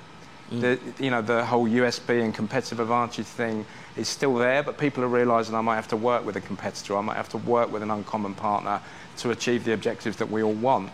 And so that's unique. So businesses are realising now this is the right thing to do, it's good for business, it drives collaboration, and more importantly, it drives outcomes if you can measure where you were and where you are now. And we're all on this journey. So anyone who says that they've got this all figured out is not telling the truth. Fair, okay. It's more like the more you know. It's been a journey together, and you're right. There have been names given to it in the past. Corporate social responsibility, right? It's morphed over time as you learn more about what is required and what the systemic issues have been and barriers have been. Quite honestly, Ram, please. Sure. No, I think the topic is right on. I feel as if we're moving into the Cuba Gooding Jr. Stage of ESG, which is really about, show me the money from Jerry Maguire. It's not enough to just talk about it and to say what you stand for and to say what's important to you and to say what you value. People want to see it, and you have to show up. You mentioned earlier, Anjali, the fact that what the mayor said out of Newark. So I do have a favorite mayor from Newark as well, and from the town, Cory Booker. And he said this thing that resonates with me really now, specifically about the topic that we're talking about. He has this quote where he says, "Before you speak to me about your religion, first show it to me in how you treat other people.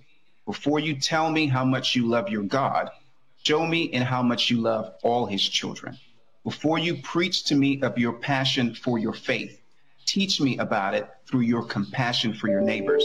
In the end, I'm not as interested in what you have to tell or sell as I am in how you choose to live and give." And I think that's exactly where we are, and I think that's exactly where we should be. I mean, I think everyone here that's on this panel, we welcome the fact that you have all of these interests coming in from outside the organization. The larger question is, what's better? Is it better to deal with a push or a pull? I believe it's great to have it in both directions. Everything that we're talking about are things that we've been fighting for within organizations for a very long time. The fact that, outside the organization, the same requests have been coming in, I think is fantastic. So we're talking about greater data transparency. We're talking about how we're showing up. The larger question is, all right, something happens, something takes place in society or somewhere around the world. People are thinking about, well, do we say something? Do we make a comment? The answer is yes. Again, you have to have that corporate social responsibility framework to know when you engage. And the framework that we use is, one, we want to ask the question, is it something that has an impact on our colleagues and on our employees? Is it something that has an impact on our patients? Is it important to them? Is it something that's important to society? If the answer to those questions are all yes, then it's important to us as an organization, and we need to speak out about it. It's a really good point. I love the analogies and the quote. Excellent. I'm going to stick with you because I also want to ask you guys about the companies themselves. Each one of you comes from a different company with a different focus in a different industry. And it's important to understand that this conversation is not just about internally, right, diversifying the company, but also making sure that your company serves the world as it is, right, and serves the clients in their diverse places. Easy one to pick on is finance and access, and we know that, so we're going to get to you, Ray, so get ready. Ready. But Ram, I want to start off with you because Pfizer, we know, of course, has the global stage with the pandemic and has really been a huge player when it came to, we saw early on the transition from the clinical trials, for example, for the vaccine, and making sure that it was more diverse, right? And that was one part of it. And the other part of it is just broadening that conversation to how a company that focuses on medicine can be more inclusive with clinical trials, because that is a topic of conversation. So I know that's not your job specifically, but talk to me about, from the experience that you have when you're looking at diversifying, how can the company think about that better and act on that better?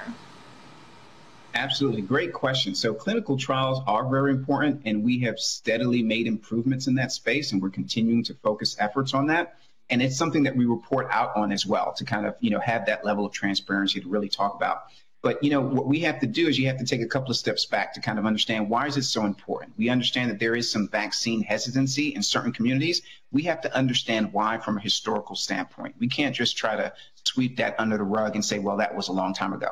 It wasn't really that long. And, the concerns, really stem from material issues.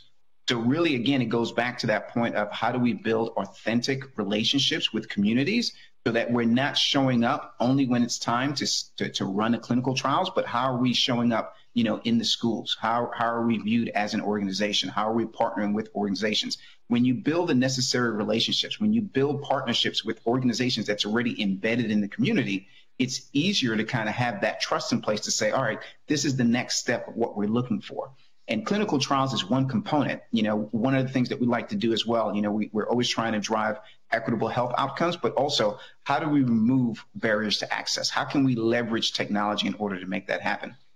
One of the things that we were able to do, in the continent of Africa is actually use drones for the distribution of vaccines and of medicines. So again, how do we leverage technology in order to make that happen?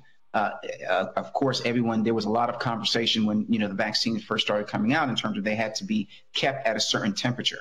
So, the packaging that we had to actually keep it at a certain temperature, it was enabled so that you can actually leave the medicines in there for about a week or two. And you would think that that would be something that would be fully utilized, in third world countries. About 70% of the locations here in the U.S. actually continue to use the packaging that we provided to keep the medicines protected and safe and at the right temperature. So again, it's how do we leverage technology to really make sure that we're empowered to do what we want to do from a DEI and ESG perspective. Absolutely, yeah. Everyone knows about how you basically created a new storage format to respond to that. Ray, we're going to talk about finance now. People's favorite subject, because when you go, it's across the board. If you're talking about small business access to capital or just individuals who maybe don't have faith in the banking and finance systems, right? A lot of this, and I want to take a moment. Let's take a step back, okay? We're all able to talk about this here with smiles on our faces and really just have a casual conversation, but some of these topics have caused a lot of pain for a lot of people over the years when it comes to medicine, when it comes to finances, right? That's something that people have felt hard. So taking that into consideration, when we're talking about what can a banking firm do, what can a finance firm do better to really relate to its clients and the broad diversity of people that are out there, whether it's different statuses, different race and ethnicities, different lifestyles. Everyone's coming at it from a different place. How do you market yourself better to be the choice, the place of choice for some of these people? Yeah, Anjali, it's such an important question. And the idea that we have to aim to be the business partner of choice, the bank of choice, the community partner of choice, the employer of choice, that is central to the work we do, particularly in my area of diversity, equity, and inclusion. For us in financial services, there's a couple of things that come to mind. And there's a distinction, of course, between the way we address this in the UK, where we have a large retail banking presence, and the way we do it in the US, where we have a card business, consumer card business, and of course an investment bank here in Manhattan. There's a couple of truths, though. Underneath it all, we have a deep commitment around supplier diversity. And a dear colleague of mine who leads the supplier diversity work, he's not just responsive and reactive to the need to help provide support with our diverse vendors and suppliers. We've been really proactive, and we just recently partnered with the National Minority Supplier Development Council, the NMSDC, to create a program that's all about access to capital. And while we won't directly engage in that in our U.S. business operations just because of the way we're structured, we know it matters so much that particularly minority-owned companies have struggled for decades, generations, to have the capital they need to grow and to thrive. And our proactive effort to recognize that as a challenge, to put our resources behind it in partnership with one of the leading supplier diversity organizations in the world, I think speaks volumes to our commitment. I'm really proud of the things that we do in the UK, and particularly through the pandemic, the support we've provided to customers, in particular customers in communities of difference, have made all the difference in their ability to weather the very difficult financial storm. Fair enough. Willard, I want to talk about medical devices. Yeah. Big conversation around access broadly, right, to healthcare and healthcare services. Sure. And with that, the access to the cost of the products that your company makes. Tell me how the company thinks internally about that. Yeah. And especially knowing that here in the U.S., of course, we have that conversation about insurance and what gets covered and what doesn't, and who has access and who doesn't. All of that into consideration. Put it in context for me. Yeah. So I think, one of the things that's very important when you think about Zimmer Biomet as a medical technology device company, we are a mission-driven organization, very, very focused on this notion of how do we basically alleviate pain and improve the quality of people's lives. So from an internal standpoint, again, creating the very best technology that we can, that people can access. And so when you put a DE&I lens on that, I think it becomes a very interesting question, because we primarily make knees and hips, and those are the sort of products that we are putting out into the market and into the community, and we want people to have access to that. So there's education that we spend a lot of time on, even with physicians, and helping them understand how do they and what do they do to access communities of color. We know in communities of color there are a lot of comorbidities, interestingly enough. And what does that mean when you're taking a product like a knee or a hip and putting that into someone's body? And so there's a lot of thinking internally about, because with that mission that we have, that mission of wanting to alleviate pain and improve the quality of people's lives, you have to understand the uniqueness of the communities that you're trying to serve in that regard.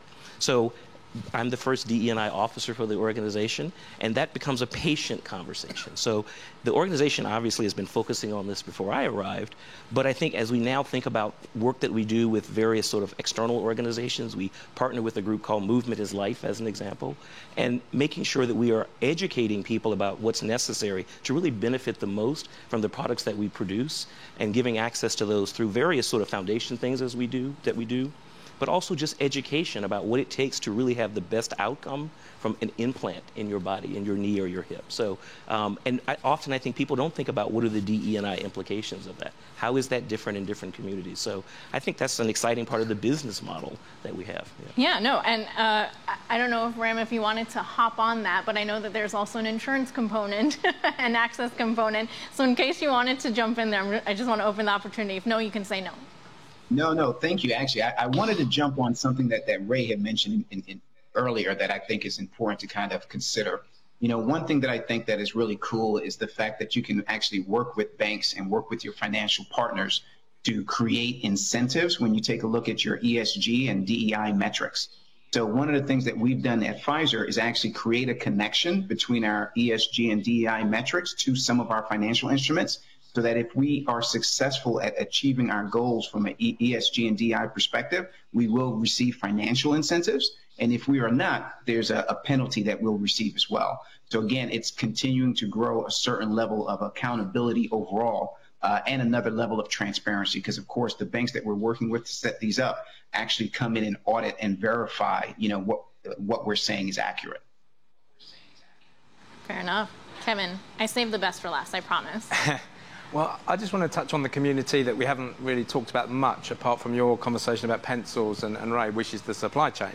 Yeah. So in our business, we are a marketing procurement business, so we have 14,000 suppliers. So if you think of us as sitting in that sweet spot between big global brands and 14,000 suppliers, we can either, you know, turbocharge and accelerate client ambition, diverse spend, for example, using the power of the contract to drive, you know, more equality in the supply chain, giving smaller businesses the opportunity to bid for work they may never have. So we almost become a conduit or an amplification of a vehicle for that. That's meaningful. And you're now starting to see brands who are realizing that they can put metrics on this. So a typical, from a starting point of 7%, 10%, 12%, you're now seeing clients saying, we'll give you another couple of year contract if you can get to 14, 20. So this is meaningful stuff. It's using the marketing budget to drive positive change in organizations that wouldn't necessarily get the opportunity to do this kind of business. Well, I want to talk about the marketing side, because I feel like what everyone else here has is just like the tools internally, and you get to amplify that. We probably spend more time looking out than looking in, right. If be told. Yeah. Right, and so that brings me to the question, which is, what would you advise your fellow panelists would be the thing that you've noticed is either the most or least effective, and to either don't do it or do it? The most effective thing is to baseline where you are now. So client X comes along, a brand new client, greenfield site, 20 million US, typical contract size, and we will put the thought in their mind, if they don't ask, that you could actually not only reduce your carbon footprint during this relationship, but you could actually take a 7 or 10, or how ambitious do we want to be here? What region of the world are we in? Influences how quick or slow that might be. And actually say, let's put that in as a metric into this contract and work together on it. It's not a you will do, it's a let's partner to try and see what we can do here. So that conversation is going on all over the world right now. The US is way ahead of the rest of the world on this conversation. We've been doing this in North America for 8-9 years. Wow. Europe, it's a standing start. Don't ask me why, it just is. And so we're having conversations with clients around, you know, black and brown owned businesses, minority owned, across the piece, across the spectrum. How do we start? Where do we start? Measure where we are now. Always baseline where you are. Then that gives you the platform to go, do we think we could get to here together? Over what time period? What are the steps? What are the barriers? You know, in Europe we have the GDPR, you know, yes, no, prefer not to say, sure, yep. challenge. So it's not straightforward, but you've got to start by starting. So baselining would always be my number one do. And what's your number one don't? Don't baseline. So if you don't do that, you're where you start. How do you measure where you are? Sure. How do you measure it? I think my final question for you guys is to focus on technology right now, because obviously that some would say is more helpful when it comes to finding, right? You can stalk social media or have an influx, you know, like a web page or something like that where people can come in from a lot more easier than you trying to network at any event, right? Which we all know includes some food and drinks, so maybe we get slightly distracted. But when it comes to the ability of technology right now, there's been some criticisms as well as some positives. And the criticisms come in the form of, it's overwhelming, anyone can come in, how do you gatekeep, how do you, do better with that? And I think, with the government's part, for example, to your point of the U.S., right, there's been a lot of focus when it comes to either trade groups, right, like the U.S. Chamber of Commerce or others, as well as individually at state levels, you see some efforts where the government gets involved, or there are other groups that sort of help hand-holding and training some of these companies, these smaller businesses to come in. So what role does technology play in this for you, and where do you see the potential for it to enhance the conversation? I mean, for us, it's and I didn't set you up for this question, but we're just launching something that would only be able to scale with technology. Oh. You can't have 14,000 conversations on the telephone. Well, you can, but you'd be here in 20 years still doing it. Right. So technology allows you to scale best practice. So within the context of supply chain, a program of kind of awareness raising around ESG holistically. What does this mean? Here's how we've lived this journey. Can we provide resources for you as a supply chain partner to learn what we did? Because we're nothing special. We just learn from good people, smarter than us. We continue to do that. So if we can do that, our partners can do that. So the tech allows you to create a platform, a technology platform, invite in suppliers in a structured way across the world, so based on where most of the business is, to learn like we learn. Now, they may not all engage. Some may not care. We're hoping that's not the case, but we're realistic. Some will move through the gears quickly and become leaders. We've seen this with clients. A supplier is just a business. It's nothing. A client is just a business. They're organizations. So the smart ones will realize there's competitive advantage here. I can make a meaningful difference and accelerate. There'll be a big group in the middle who'll go, what is this? What ESG, sustainability, DE&I? And then there'll be some who'll go, we don't really care. And so that's where technology plays the role, scaling best practice. Interesting. Ram, let's get you in here. How does technology help? I would agree. I think Kevin captured it well. I think you can look at it from a few different angles. You could leverage technology when you're taking a look at some of the initiatives you want to spearhead with regards to workplace, from a recruiting standpoint, trying to connect with a larger variety of different demographics and different communities. So this way we could be more reflective of the global communities that we serve. That's one part of it. The other part is supplier diversity. How can we amplify, we really want to put our money where our mouth is. So how can we really help, build out supplier diversity programs? And not only do we really want to make sure that we're spearheading our effort from supplier diversity perspective, but also what are we doing from, tier 1, tier 2, tier 3, encouraging the folks that we work with to have the same goals in place in terms of supplier diversity and how they want to continue to branch out and drive diversity, equity, inclusion. So all of those pieces are important, but I think it's the scalability and also how do you amplify the work that you're currently doing and creating that level of transparency. Earlier on in the conversation, you mentioned having listening sessions and safe space, courageous conversations.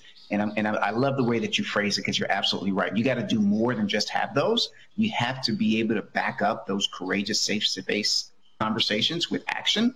And we actually leverage those within our organization to kind of help us move in the direction that makes the most sense. We don't really believe in building out all of these strategies in a vacuum. We want to hear from our colleagues and from our employees in terms of, what works, what doesn't work, what resonates with them. And there's no shame to our game. We're ready to take somebody else's best practice in a heartbeat. So, I love the idea of collaborating across different industries and across different lines to kind of find out what are some best practices, what's working, and again, leveraging technology to kind of bring all of that up to scale. Ray? I want to build on what Ram was describing about the opportunity to connect people. At Barclays, we think about our work in diversity and inclusion through three key drivers: transparency, which Kevin has talked a lot about; accountability, which means actually good intentions aren't enough, and we've got to measure in order to see outcomes; and the third is engagement. And what's powerful for me about the opportunity we have with technology is that if 2.5 years ago you'd have asked me, could we send everyone home, work remotely, and actually still engage colleagues, not just in a location, but around the world, I'd have said, no way, that it doesn't work. And we have learned powerful lessons in these last 2 years about how we really can leverage technology to bring people together. And in ways that have surprised me, we've brought people together in ways that actually create intimacy. I have colleagues now that I think I know better than I did after years of working in the same building alongside one another. Having a view into their living room and seeing their family and their pets and the art introduces just so many different ways to explore and to listen and to learn about them and their lives. So I think technology is a powerful enabler to the engagement dimension that matters so much in driving progress in this work. That's very interesting. That's a very interesting perspective. All right, Willard, take it away. Yeah, I would just add that I think, we talked about scale, but I also think technology has created speed. And so one of the things that has been interesting doing DE&I work for a number of years has been the expectation of the market of how quickly you will respond to something. And having to develop that capability with your internal communication teams to, if you're going to be a leader in this space, if you're going to have a voice, how we do that, how we communicate becomes very important. And because it's immediate. There's an expectation of the market, there's an expectation of various stakeholders that when something happens, we're going to respond to it and how we do that. So technology has actually given us a chance, I think, many organizations to tell their stories in ways much more quickly than they could have in the past. Rather than weeks and months and putting a lot of campaigns together, it's about a quick sort of, here's how we feel about this particular perspective on something that's happened that's meaningful for us in the DE&I space or related to ESG. Okay, I lied. I have one more question.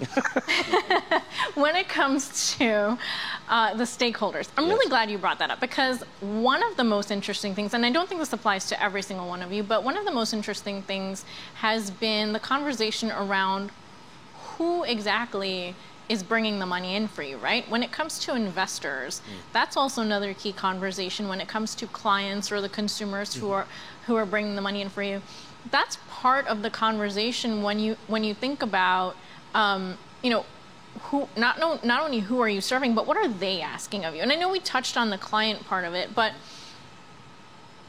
do you think, and if this doesn't apply to your company specifically, then feel free to just give your opinion. Is there anything going on in terms of maybe a discord or, maybe not aligning on that point, on that idea of investors want one thing and the world wants something else? Because at the end of the day, they want their money too.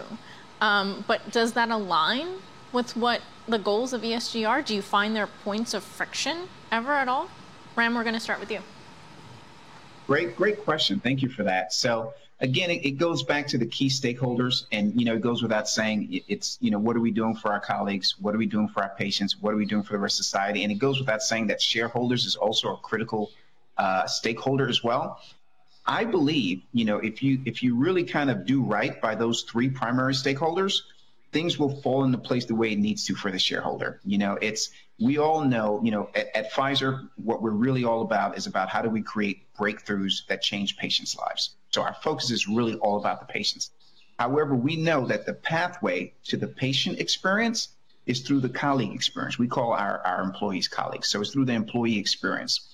So if we do right by our employees and we take care of them and we really make sure, their needs are met and we're doing what we need to do and we're being transparent and we're creating that level of fairness and there's growth opportunities, that's when you start to unleash that discretionary effort where people go 150%. People really put in that extra time and that extra energy. So again, if you focus on those other stakeholders, you'll do right by your shareholders. I firmly believe that, and this works for us. Ray, you kind of have another side of it because the investors are coming through you. So. Indeed. Anjali, first I have to say I loved that no-look pass you just did over to Ram. You were looking right over here, and then you went to Ram, and he caught it perfectly. It's March Madness time in America, so I couldn't help but throw that in. So Kevin said early on that his entryway into this space was primarily or initially through the E, and it certainly has broadened. A lot of people say, and I believe, that the S will be for the next decade what the E has been for the last decade in this conversation around ESG. And I think the thing I want to reinforce is that this is not just the right thing to do. It's not just a good thing to do. It is an imperative. And the expectations of stakeholders from every dimension, from investors, shareholders, customers and consumers, business partners, prospective employees, they all want to see us actually doing real things, making measurable progress. And if you don't, it actually is a competitive disadvantage. It really matters in your ability to compete and perform in the marketplace. And that doesn't even speak to the other two dimensions we talk about a lot in Barclays, which includes the reality that performance is better. There's loads of research from the landmark McKinsey report, I think 2015, and the follow-up to that and other variations. More diverse, more inclusive companies perform better. They fundamentally make more money, and that's a pretty powerful motivator. The third, of course, is talent, and we talked about that early on, but the access to talent in the increasingly changing demographics, particularly here in the U.S., mean that either you do this and you do it well, or you get left behind. Do you think that without the data to back it up, there would be as much pressure to follow through right now? I don't think there would be, and that suits me fine. My engineering background probably tunes my brain into being able to leverage that data and speak that language in a way that actually drives business decision making. Okay, we're running out of time, but really quickly, I want to get Willard and Kevin in. Do you guys have any thoughts? I think the quick part, and this is not, and I just want to highlight one particular part around this. With regard to ESG and social and where we're going with metrics, that data really does help us. It's an extremely important part of driving the conversation and making progress. What I will note, though, is, and this isn't an excuse for any progress any different organization is making, it's taken centuries to create the systems that we're trying to dismantle right now and that we're trying to take apart. And it's going to take a minute, but that is not an excuse for not starting and not creating a baseline, as you articulated, and making progress. So that notion of accountability, transparency, all of that is tied into our ESG work and framework, and is going to help us drive this forward over the coming years. So I'm very bullish on it. My man, in plain words, love it. And from Kevin. an investor perspective, you mentioned, is there any friction? Absolutely not. We have relationships with Blackstone, BlackRock. Making money and making money in your investment and doing good business are not mutually exclusive things. You've just heard the gentleman talking about doing the right thing. It's better for business as well. And you're starting to see the emergence of financial products that incentivize organizations with a discount if you can hit certain metrics around diversity, around the ESG. So these guys are invested in it in more ways than one. Fair enough. Well, that ends it for us. Thank you all. I want you to, at home or wherever you are, just give a round of applause for a lovely panel. And thank you, everyone, for joining us. We're going to take a short break after this and be back with more.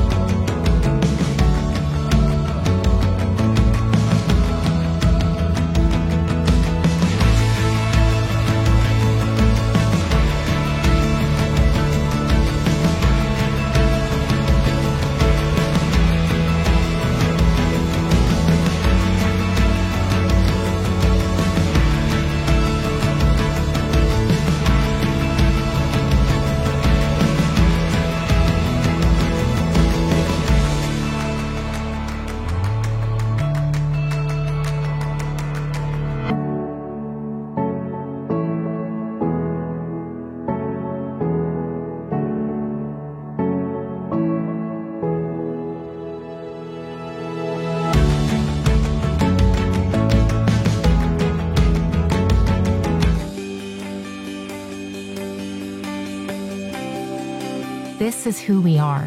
When faced with challenges, we rise to meet them. When faced with surges and setbacks, we carry on. When Walgreens Boots Alliance formed in 2015, our goal was to offer a global vision as a leader in retail and pharmacy. For the past 7 years, we've seen that vision become reality. We have led the way in making our organization a beacon of diversity, equity, and inclusion. We've introduced global reporting initiatives and adopted the UN Sustainable Development Goals. But while we're proud of what has been accomplished so far, we know there is still much more to do. Walgreens Boots Alliance will continue to reimagine healthcare in a new era and be a global force for good as we continue to fulfill our purpose to create more joyful lives through better health.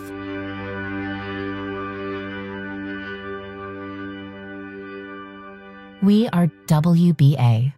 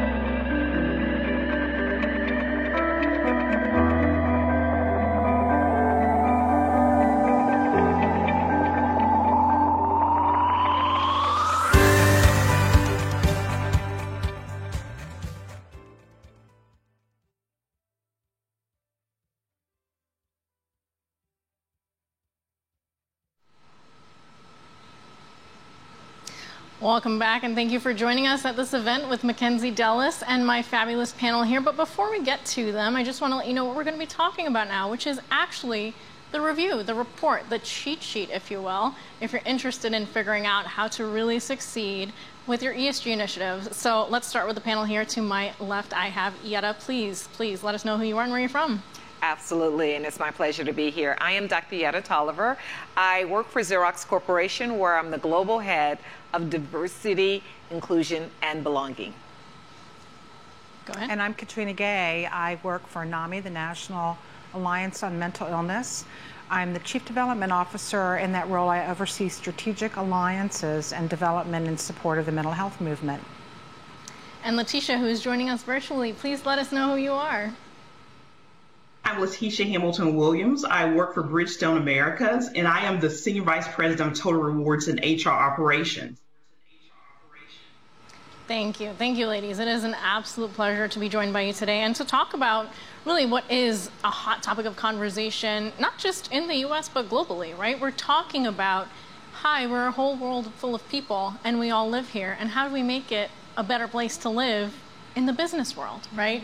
So I want to start off really with you, Yetta, to first talk about this report, which we know is just a robust 74-page report of just insight and case studies and statistics. What jumped out at you? What was the most interesting, the most surprising, and also what was the most disappointing?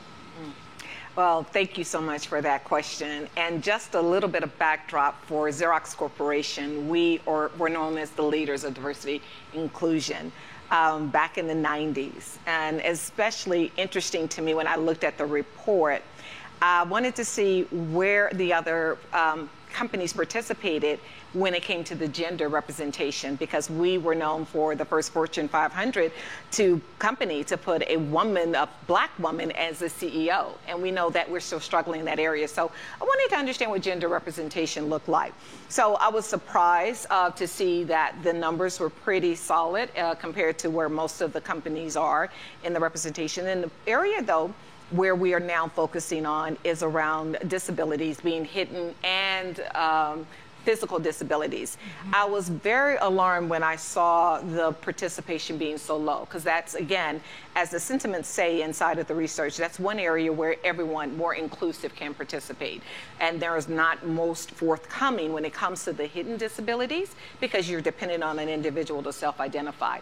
To see the sentiments pretty much said most companies are struggling in that area, and that's where the biggest opportunity. So from that perspective, being validated on to see everyone is pretty much in the same place on the gender representation, because we know we can do that more globally, especially pushing more women into C-suite positions.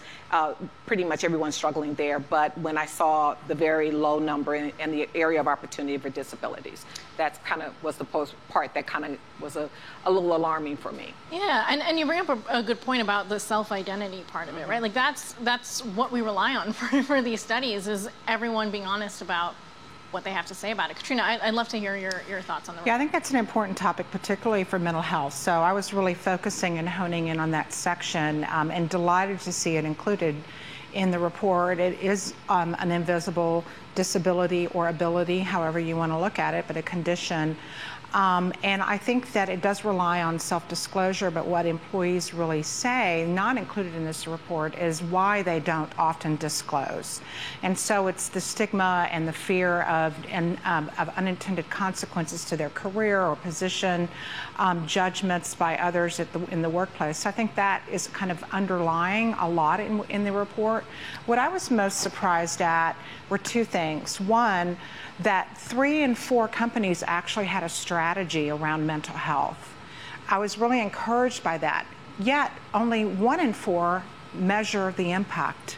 So to me, that sort of showed an opportunity, because we know that if you don't measure the impact of something, it really isn't real. So how intentional is that commitment and that pledge there? The other thing that was really interesting to me was that 100% claimed or expressed that they provide access to care for individuals in mental health. And I thought that was curious because we all know that having access to insurance or benefits does not equal necessarily access to care. And that care system is so important in terms of what we're able to get in and out of network. Some companies are more progressive and innovative around ensuring that employees do have access beyond traditional health insurance, which we have in the U.S. At the corporate level. So those were a couple of things that really jumped out at me. But overall, really happy to see a lot of the data in the report. And I think the comparisons make it really helpful to benchmark. I'm definitely going to come back to you on that, but I want to give Letitia an opportunity. Please weigh in. So I was excited to see socioeconomic status as well as parenthood as a part of the report. You know, what jumped out to me is that, you know, companies are really focusing also around mental health and well-being. And I'll share some of the things that we've done here at Bridgestone America to continue to sort of enhance that aspect of diversity, to make sure that, like I said, we are really including our teammates in well-being and focusing on making sure that mental health part of our strategy is secure. You know, what was really, I think, disappointing, and yet I mentioned this, is that there's still progress to be made in female representation, you know, in the executive leadership ranks as well as corporate boards. And although it is a focus, if you look at the report of a lot of organizations, there's still that gap to be filled. So you have to take a step back and question, what more do we need to do, particularly in that aspect of diversity? And how do we continue to focus on that aspect?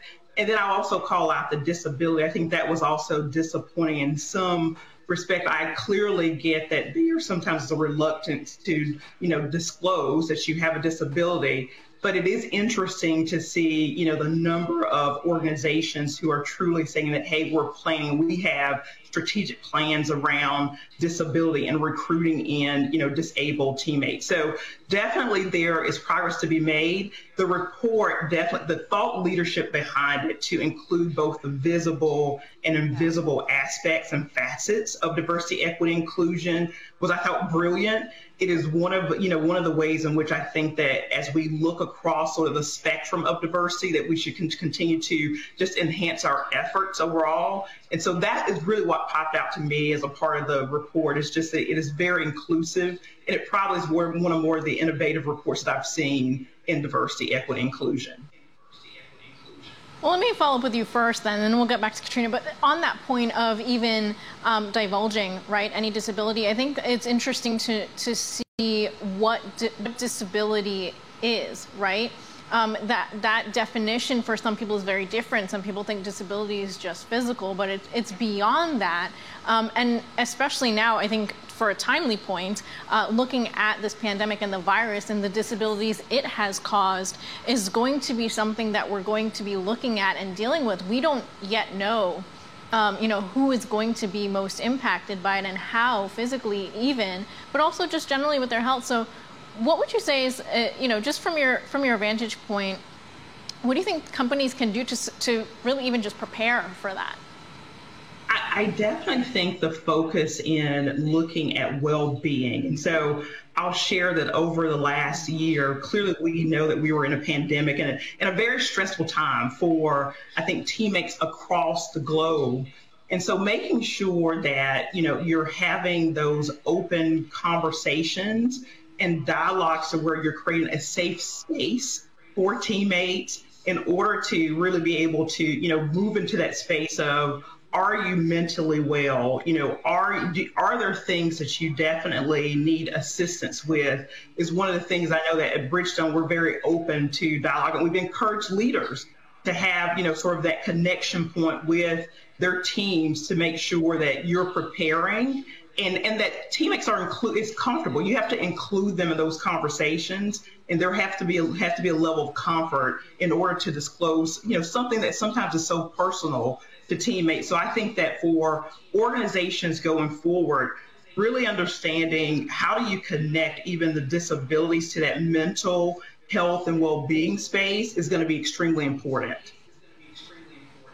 That's a really good point. And to tie it back to what I wanted to follow up with you, Katrina, talking about mental health is increasingly more acceptable in workplaces, right? You find your fellow colleagues more open to understanding or even hearing about it. But to the point that you brought up, which I also thought was interesting, 100% offer services, right? I will say this as a healthcare reporter, that I find that most of them rely on or lean on virtual services as sort of checking the box. I think that's a real concern, and I think a lot of companies who are being innovative in this space are recognizing that they're listening to their employees and their teammates and really having those open lanes of dialogue through all kinds of resources, not just through formal surveys, but through employee affinity groups and others. I'll say where I've seen them work the best is when they have C-suite or chief executive sponsorship. That sends a really strong message that this is being supported. It's not just the individuals in the workplace and what they may be dealing with. We know the impacts of stress. We've seen the data. It's only begun, but also for caregivers, parents of children, the family member in the home. We know what's happening to children now. We know what's happening to all kinds of different groups, and so employees are family members. They're individuals who live with their own conditions, and they're also caregivers of others in their family unit outside of work and oftentimes at work. So I think some of the more innovative companies are recognizing, they're listening to this, and they're seeing that, checking the box to say, yes, our formal policy says you have mental health care, but can you get it? Is it available? Is your network, actually adequate enough? I don't think there's anyone that would say that it's easy like this to get access to care. But some companies go a little further in making sure that there is a robust array and some extra supports to surround that formal benefit, and that's really helpful. I did want to make one comment back to the gender issue because it really sparked something in me. I think it's important to see evidence that there are women in these leadership roles, but I think it's also important to understand why women leave when they're in these roles, because they leave at rates higher than men do. So there's something there to get at around culture and what are we really doing to create a very welcoming, supportive, nurturing culture so that women can not only feel comfortable and encouraged coming in, but also that they can stay and be productive. And if I may, can I build on Yes, please. something she said earlier when we were talking about the family, how the place of work is the family, and you mentioned affinity, and you landed in one of my sweet spots, employee resource groups. So this whole packaging for us at Xerox, our employee assistance program does give the conduit to allow for the employees to have the professional resources they need. But the employee resource groups, a little bit of history, we started them, Harvard Business Review, back in the late 60s. And yes, you did. Yes, we did. And that first National Black Employee Association is still together, thriving today. But what they do, out of the 10 employee resource groups we do have, all of them, especially during COVID, focused on, first of all, giving the community, their own community, that safe space coming in, and they're all supported by executive leadership. So an executive sits on that committee as well with them. But in those employee resource groups, they all had some element of well-being. They all did something. The women's group, they were cooking, they were making cocktails together in the afternoon globally. In India, they were dancing together. So they did that element. Over in the UK, they focused on, it's a yellow day. And they were coming together, and they would all wear yellow, popping up on Zoom or in the office in yellow. But yellow really makes you smile. It was just amazing at what they did. The veterans group really had to go a little bit deeper because their needs are different. And they were able to address that, and they had professionals come on webinars to really help them to come up with ways to get to the point where they can feel safe and secure. But what I liked about it, each of them did something a little different. Among the Black employee resource groups, it's tradition in the Black culture, they don't talk about it. So they had to have a place where they can at least start talking about it and giving them apps that look like them, giving them avenues where they can have people that can relate to them. and give them that safe space to at least start opening up. So for us, we not only use the benefits from the employee assistance programs, but we also used our employee resource group. So just wanted to kind of build on that piece. And I love that, because I want to follow up on that real quick. Let's have a moment.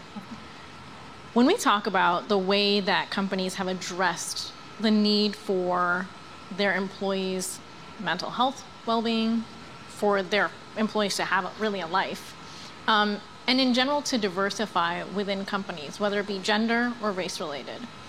It feels like, and if you were with us earlier, then you know that we were talking about this, but it's been a journey. It's been a journey, and you just touched on that by saying back in 1960, I will openly admit I was not around then, okay? But that doesn't mean that I also feel that tiredness of this conversation. So I can only imagine that you must be feeling something to that effect. That this conversation has happened, and it has been happening for decades. Do you feel like we've made any real progress with it? We have made some, but it is a journey, to your point. It is not a sprint, it is a marathon. And you have to continually make forward progress.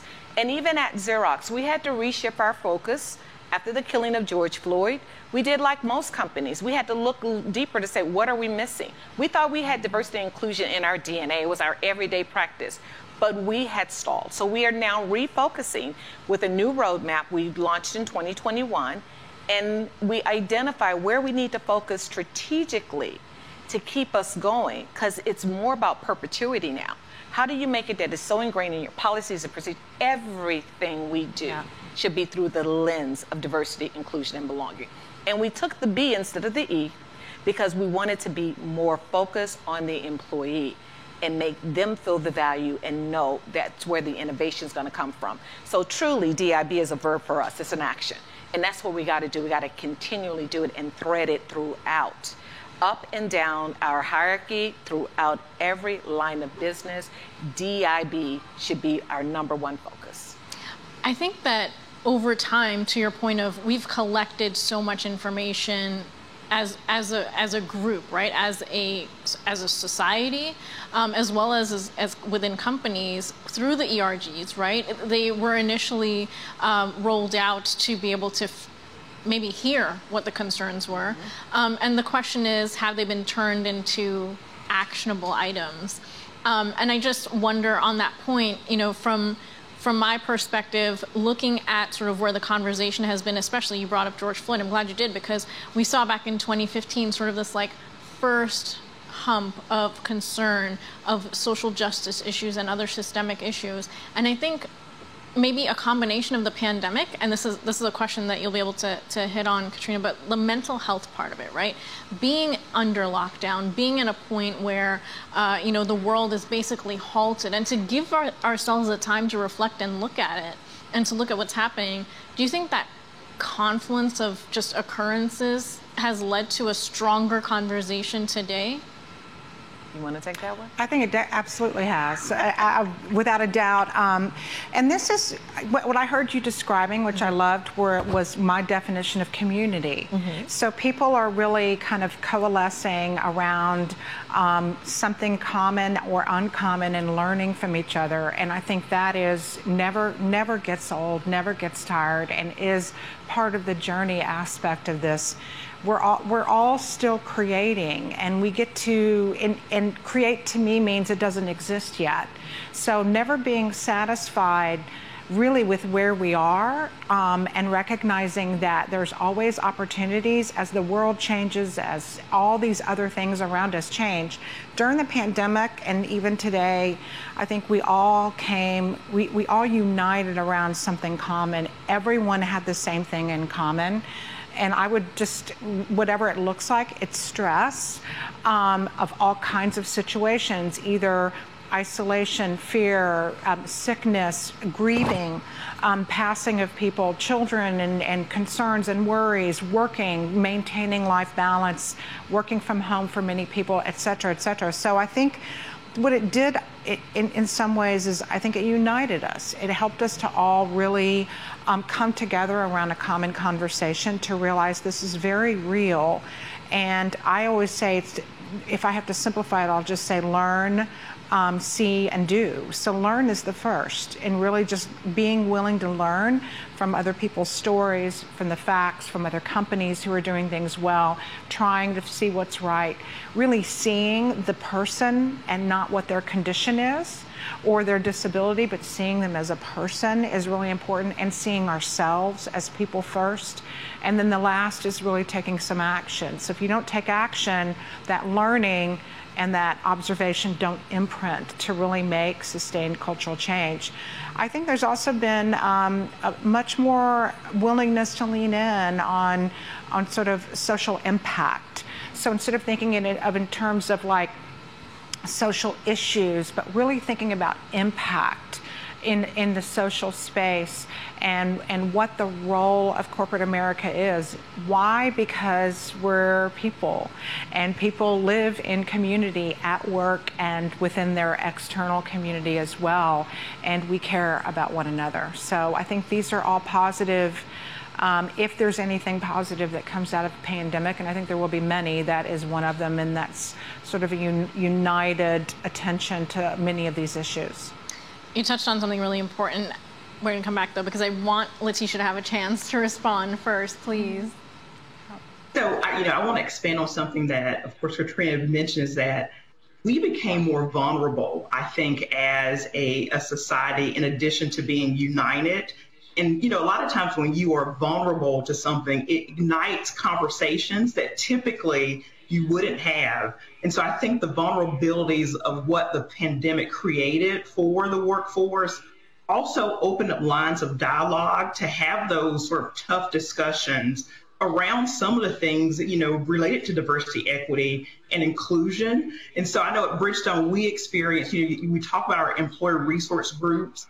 They've been extremely, like I said, beneficial for our teammates, for our organization, because those vulnerabilities are all broken, sort of the windows and the walls are broken down in order for the conversations to happen and for those employer resource groups to move things forward. So I definitely believe that in some respect that the pandemic has created some positive things for us. And I'll mention, with the George Floyd, we sort of pivoted and we stopped for a moment to reflect. And I do think when you think about where you're going, you've got to have those really tough, uncomfortable conversations, dialogues, and hit on points that are really important to making sure that your workforce is moving forward. So I just want to expand on that, because I think it's really important to understand like where we are, where we're going, and where we were prior to. So just, really be excited about the progress that is being made, but know that there's so much more that we need to do, as organizations. I'm glad you brought that up, because I think it's important to also take a moment to reflect and understand that for as like-minded as everyone is here, there's an equal and opposite force to that. And so when you talk about, not just in the U.S., but also globally, the amount of people that came out for protests, right? Around the world, we saw that. The unison that came there. There was equally unison on the other side, and where did we see that come up? Was January 6th. And so to keep that in mind and understanding where we are here in the world today, I wonder, is there a way to address that?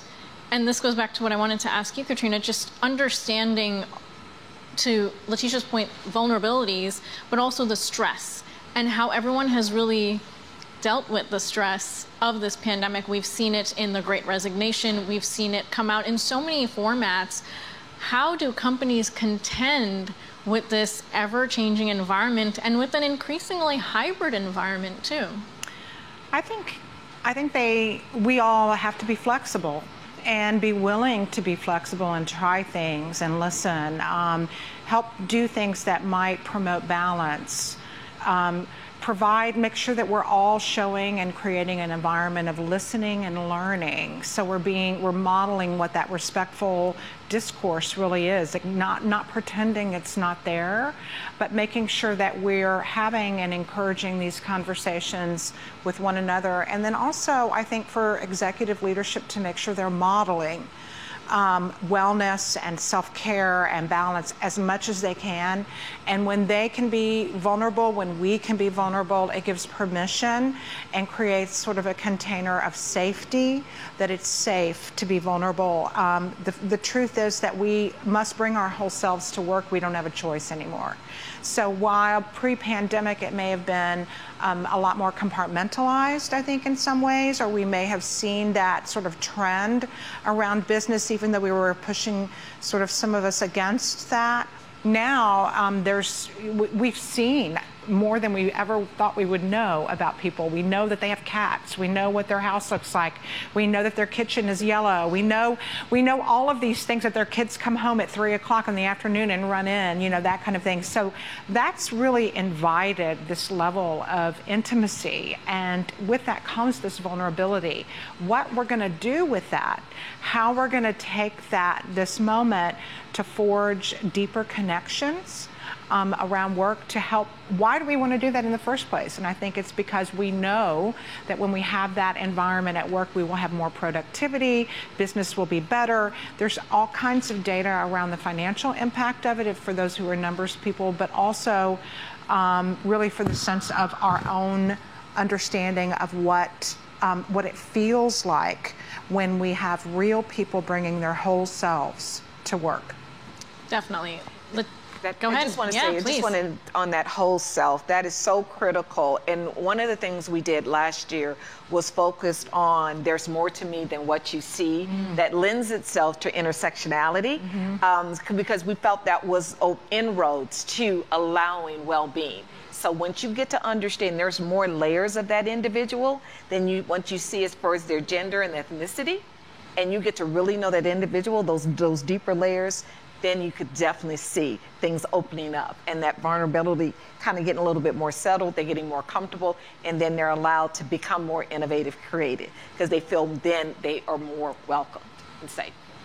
So that brings me to the next question, which is, understanding all this, having a place to have that understood and analyzed is in reports like the one that we all talked about. Now, so Letitia, to that point, benefits of participating in a report like the Mackenzie Dulles one, tell me about that.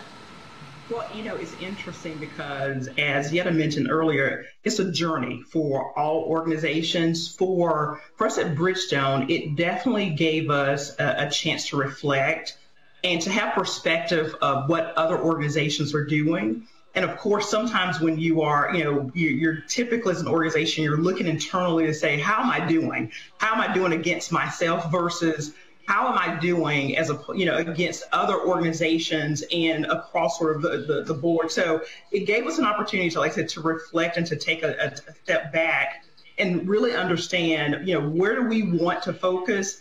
Where can we definitely, like I said, do better? And I think also just reprioritize some of the things that we're doing. And, we also had an opportunity as a part of participating to submit a case study, which was about well-being in our socioeconomic focus on financial well-being, and partnered with our ERGs, our Black African American ERG, to really hone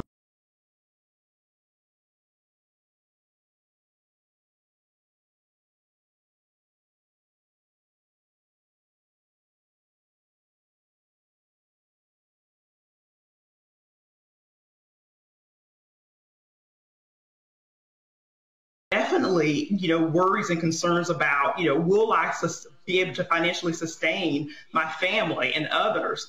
And so it was important to us to really, like I said, to hone in and to focus. And that is something that we got out of just participating in the actual survey, and to be able to share. And I think sharing some of that information, as well as gaining just the perspective of others, has been extremely helpful for our organization.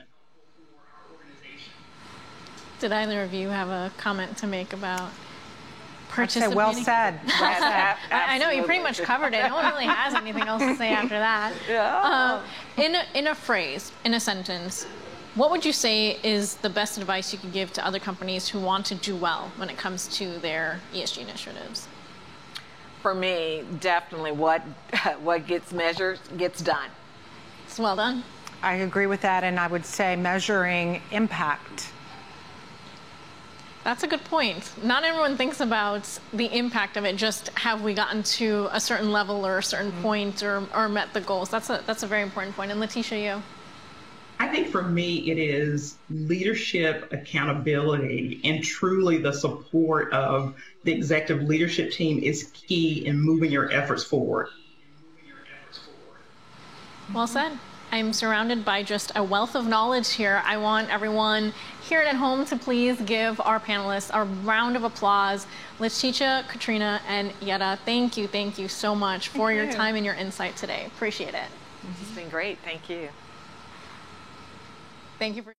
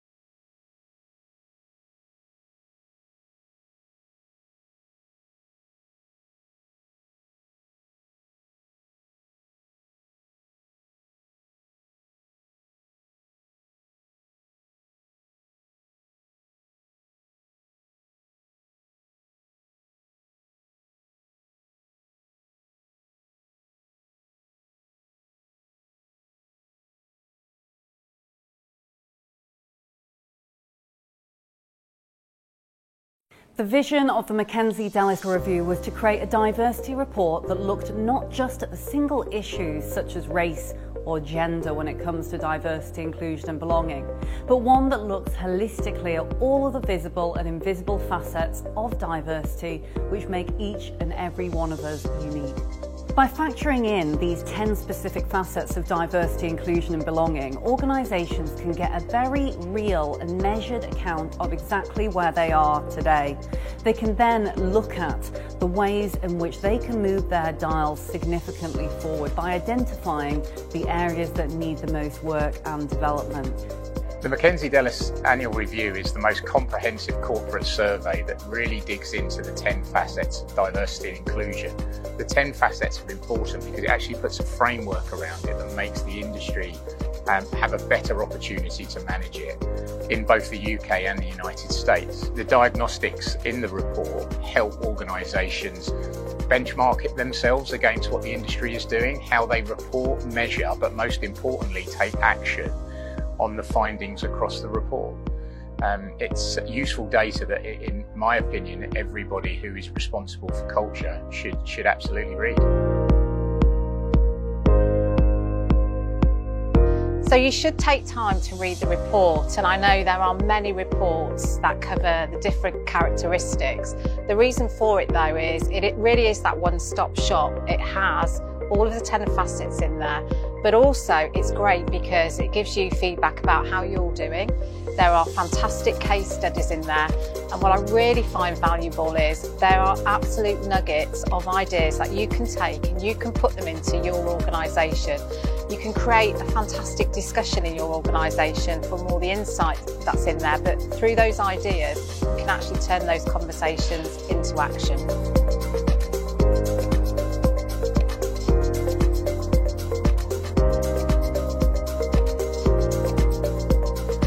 The future of diversity is in reporting. It's so important.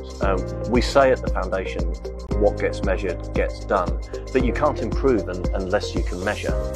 And so it takes inclusion, diversity and belonging within all forms of organisation to a place where you actually know if you're making progress, you understand what your baseline is, and unless you can do those things, it's just talk, it's just in the abstract. So what we do is we provide practical solutions to allow people to affect the change.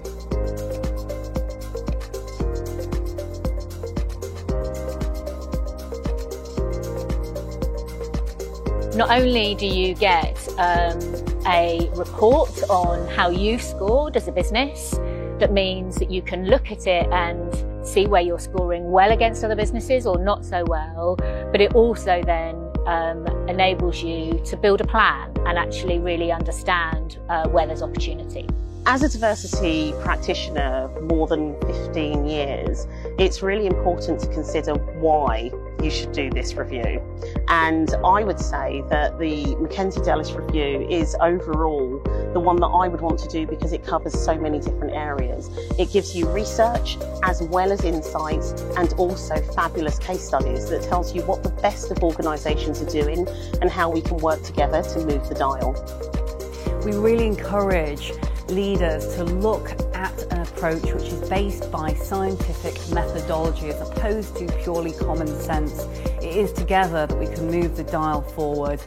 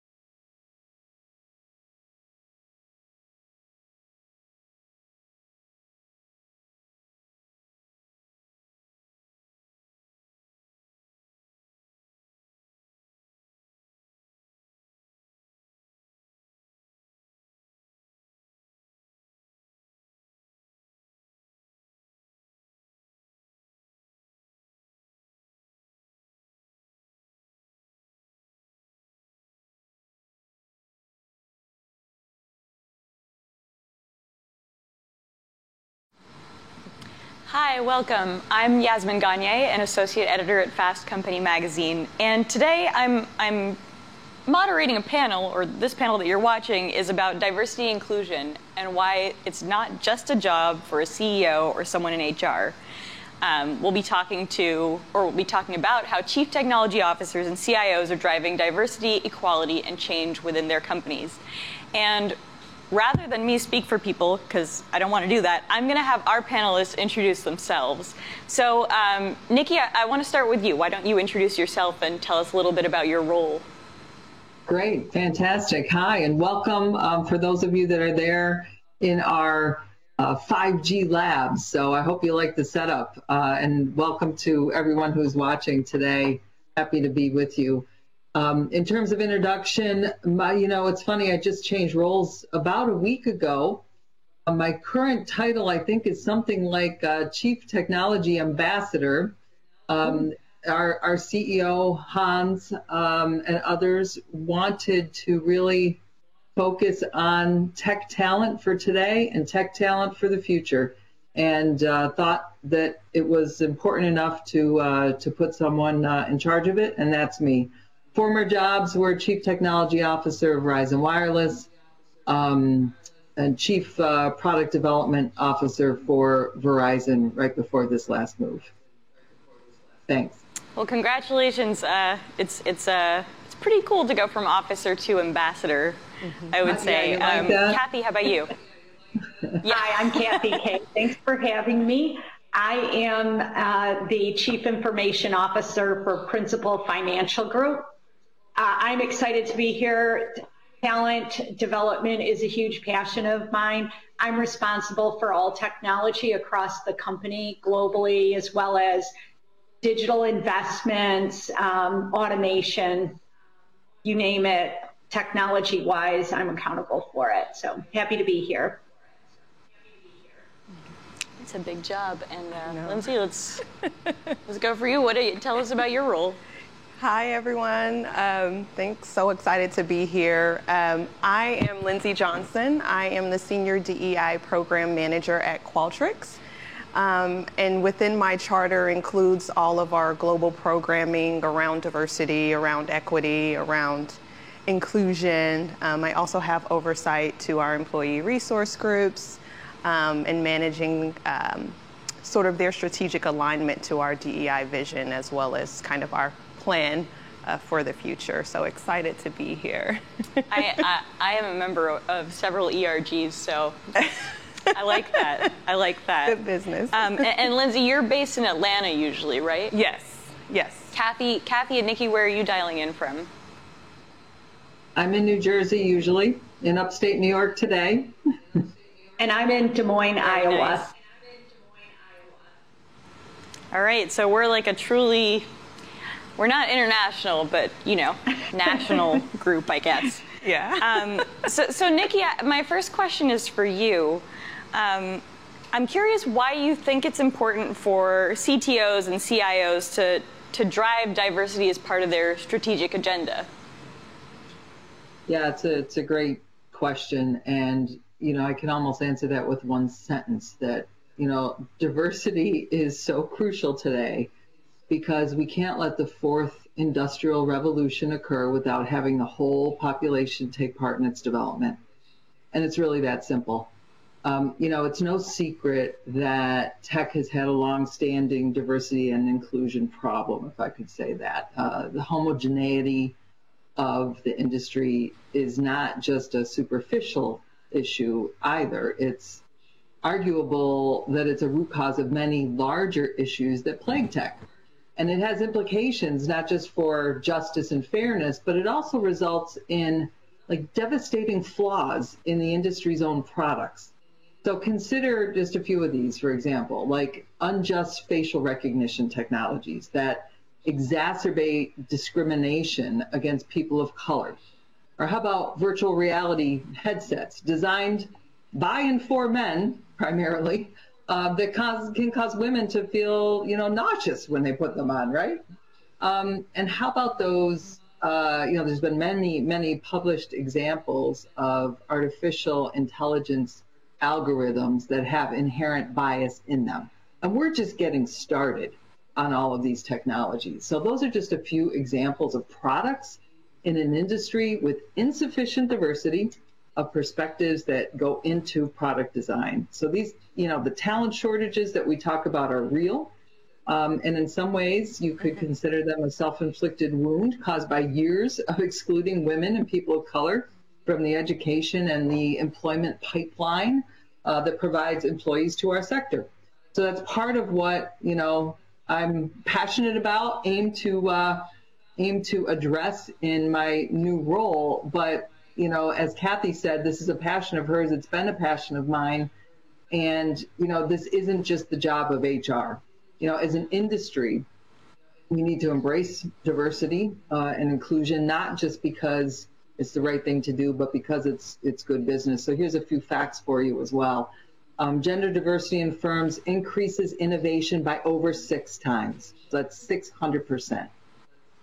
Further, companies with over 50% or greater women on the board, they outperform companies that have less than that by return on equity of over 60% better. Meanwhile, when we're faced with this pandemic, the percentage of unemployed women has only increased, while the percentage of women employed in the United States across all job sectors has grown to about 47%. Not so in the tech sector. And in the tech sector, it's less than 35% in the top 5 tech companies. So this isn't a problem that could be solved overnight. It's not simply about hiring practices. So we just need to zoom out and think about the entire tech pipeline and how it works. And you can't just hope that the numbers will change. You actually have to be actively involved in that change. So as you make diversity and inclusion part of your DNA as a company in every aspect of the process, you can't do that just from HR. So in sum, that's why I believe very strongly, and love the title of the panel here, that diversity, inclusion in tech sector needs to be in partnership with HR, but really passionately run by those that are in charge, people in tech. That makes a lot of sense, and I love that you hit us with the facts. You came prepared with bullet points. Lindsay, I saw you nodding during some of those, and I'd love to get your perspective on it. Yeah, Nikki, thanks for that. It resonated so much. I think I will echo that sentiment around, I think for far too long, there's just been a lot of pushing, right, in terms of challenges and issues as it relates to diversity, equity, and inclusion to HR, right, to the people function. But I think it's an operating model that doesn't really lend itself to create some of the transformative shifts, right, that we're really wanting to see from a change perspective, right? So we kind of need to shift ourselves, I think, away from that. And I think one of the things that's been important in terms of messaging, for us at Qualtrics is really thinking about that there's no function, there's no leader, there's no individual that is solely responsible for the work of diversity and inclusion. And so it's something that all of us share in. And so there's an accountability piece there, right?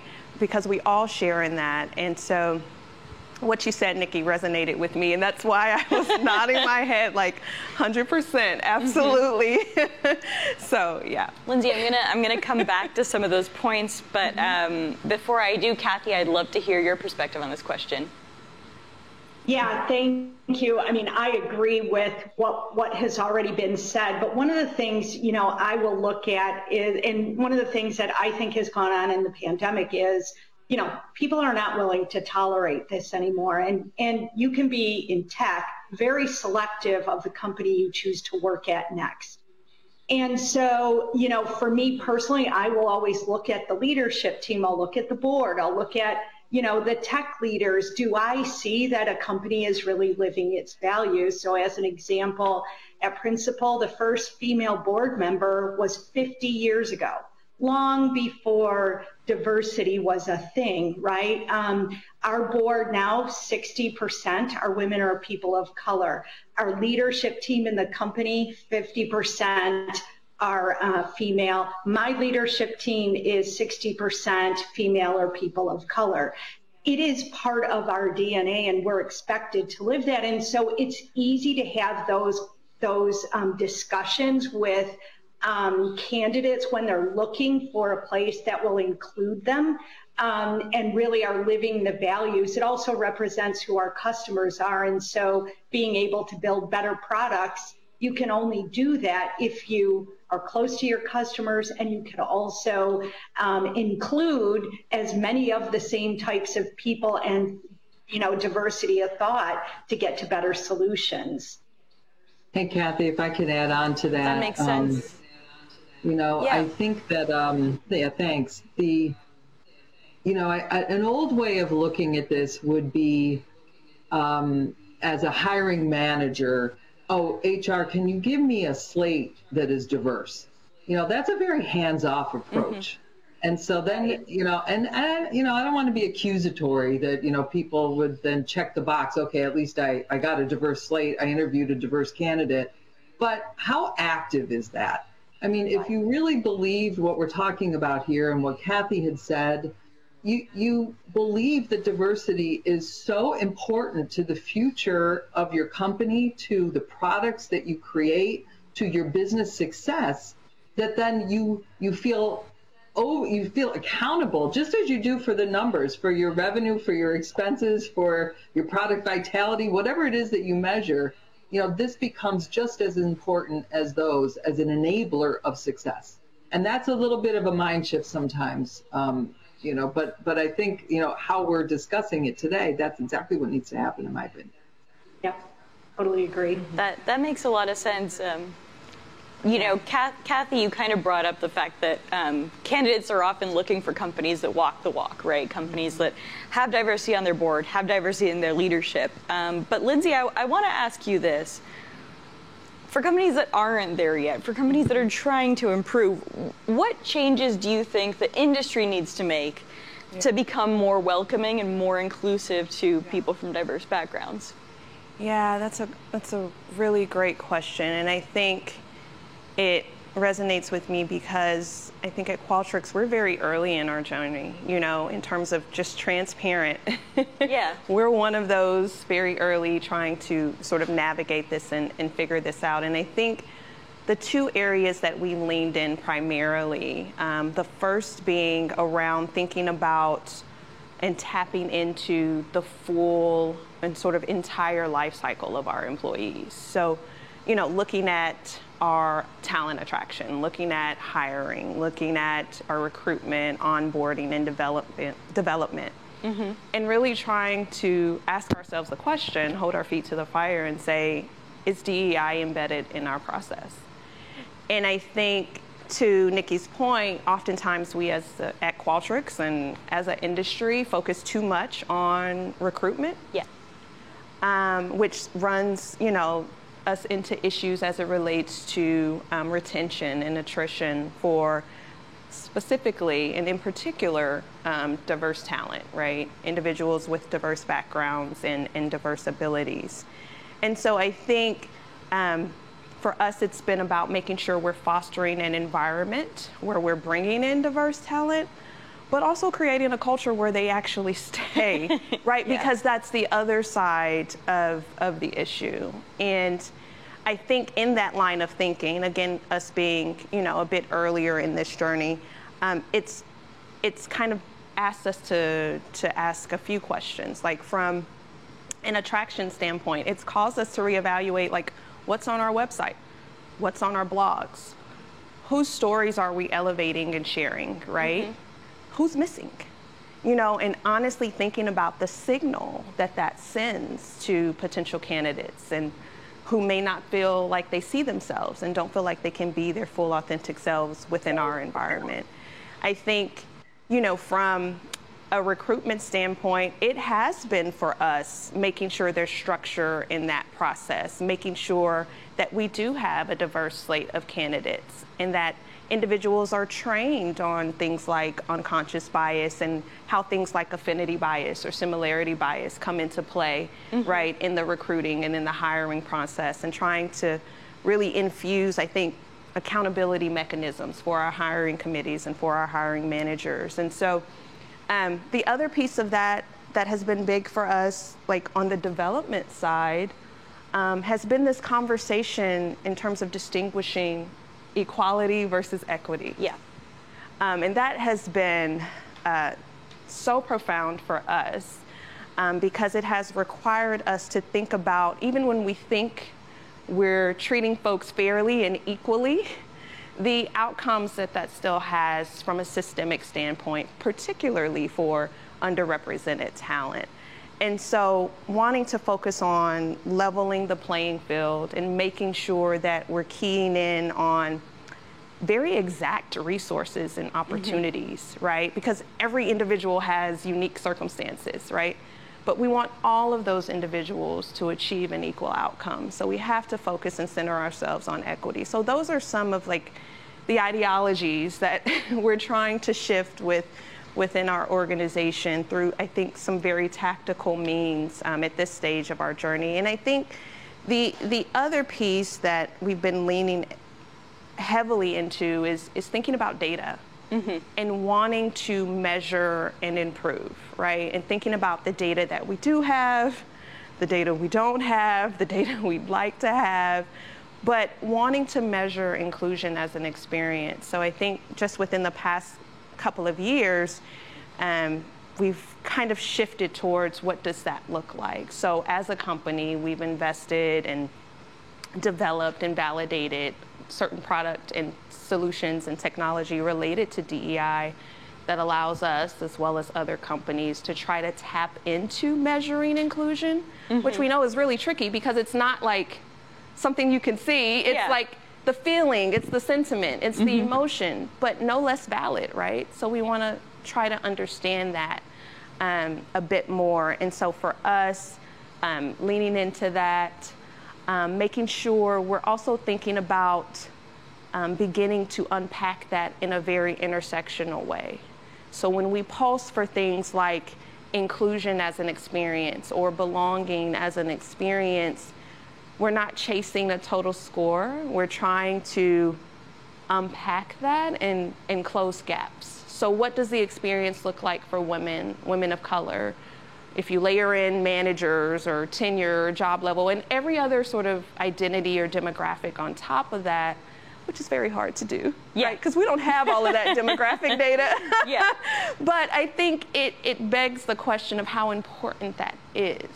And wanting to make sure that we're keying in on closing gaps versus chasing scores, because all of our employees deserve the same experience. And so I think those are kind of the big primary areas that we've leaned into, at least at this stage of our journey. Nikki, you sort of talked about going beyond the hiring process. And I'd like to hear a little more about that. How do you think the industry can be more welcoming and more inclusive to people with diverse backgrounds? Yeah, no, it's a great question. It can't just be about hiring. I mean, not to dwell too much on the pandemic here as people are trying to move beyond, but it's really set women back. I mean, I know there may be some listeners out there that, still are not fully appreciative of the problem at hand, but women were impacted 20% more than their male counterparts during the pandemic. Suddenly, women had to take on homeschooling responsibilities in addition to full-time jobs, et cetera, et cetera. 68% of the women that left the workforce over the past 18 months cite burnout as the primary factor. So, even as we are seeing jobs bouncing back now, recovery for Black and Hispanic women is coming back far slower than other groups. So we have a big issue, that on our hands today. And yes, it's about hiring, but if you create an environment where women and people, diverse talent, feels like their needs are being met, they won't want to leave. So that's a lot of what I have just heard. So it is about it's about the culture, and it's about, hiring is great to move the numbers, but you have to have the culture that makes people feel like their needs are being met. So that involves things like, strong teams, training opportunities, who and what you're recognizing, opportunities for career advancement, small things about, inclusion events, training for the entire workforce. So I know for a while we used to do like, this is a women's event. And finally the women got together and said, why are we just get together and talk about this stuff.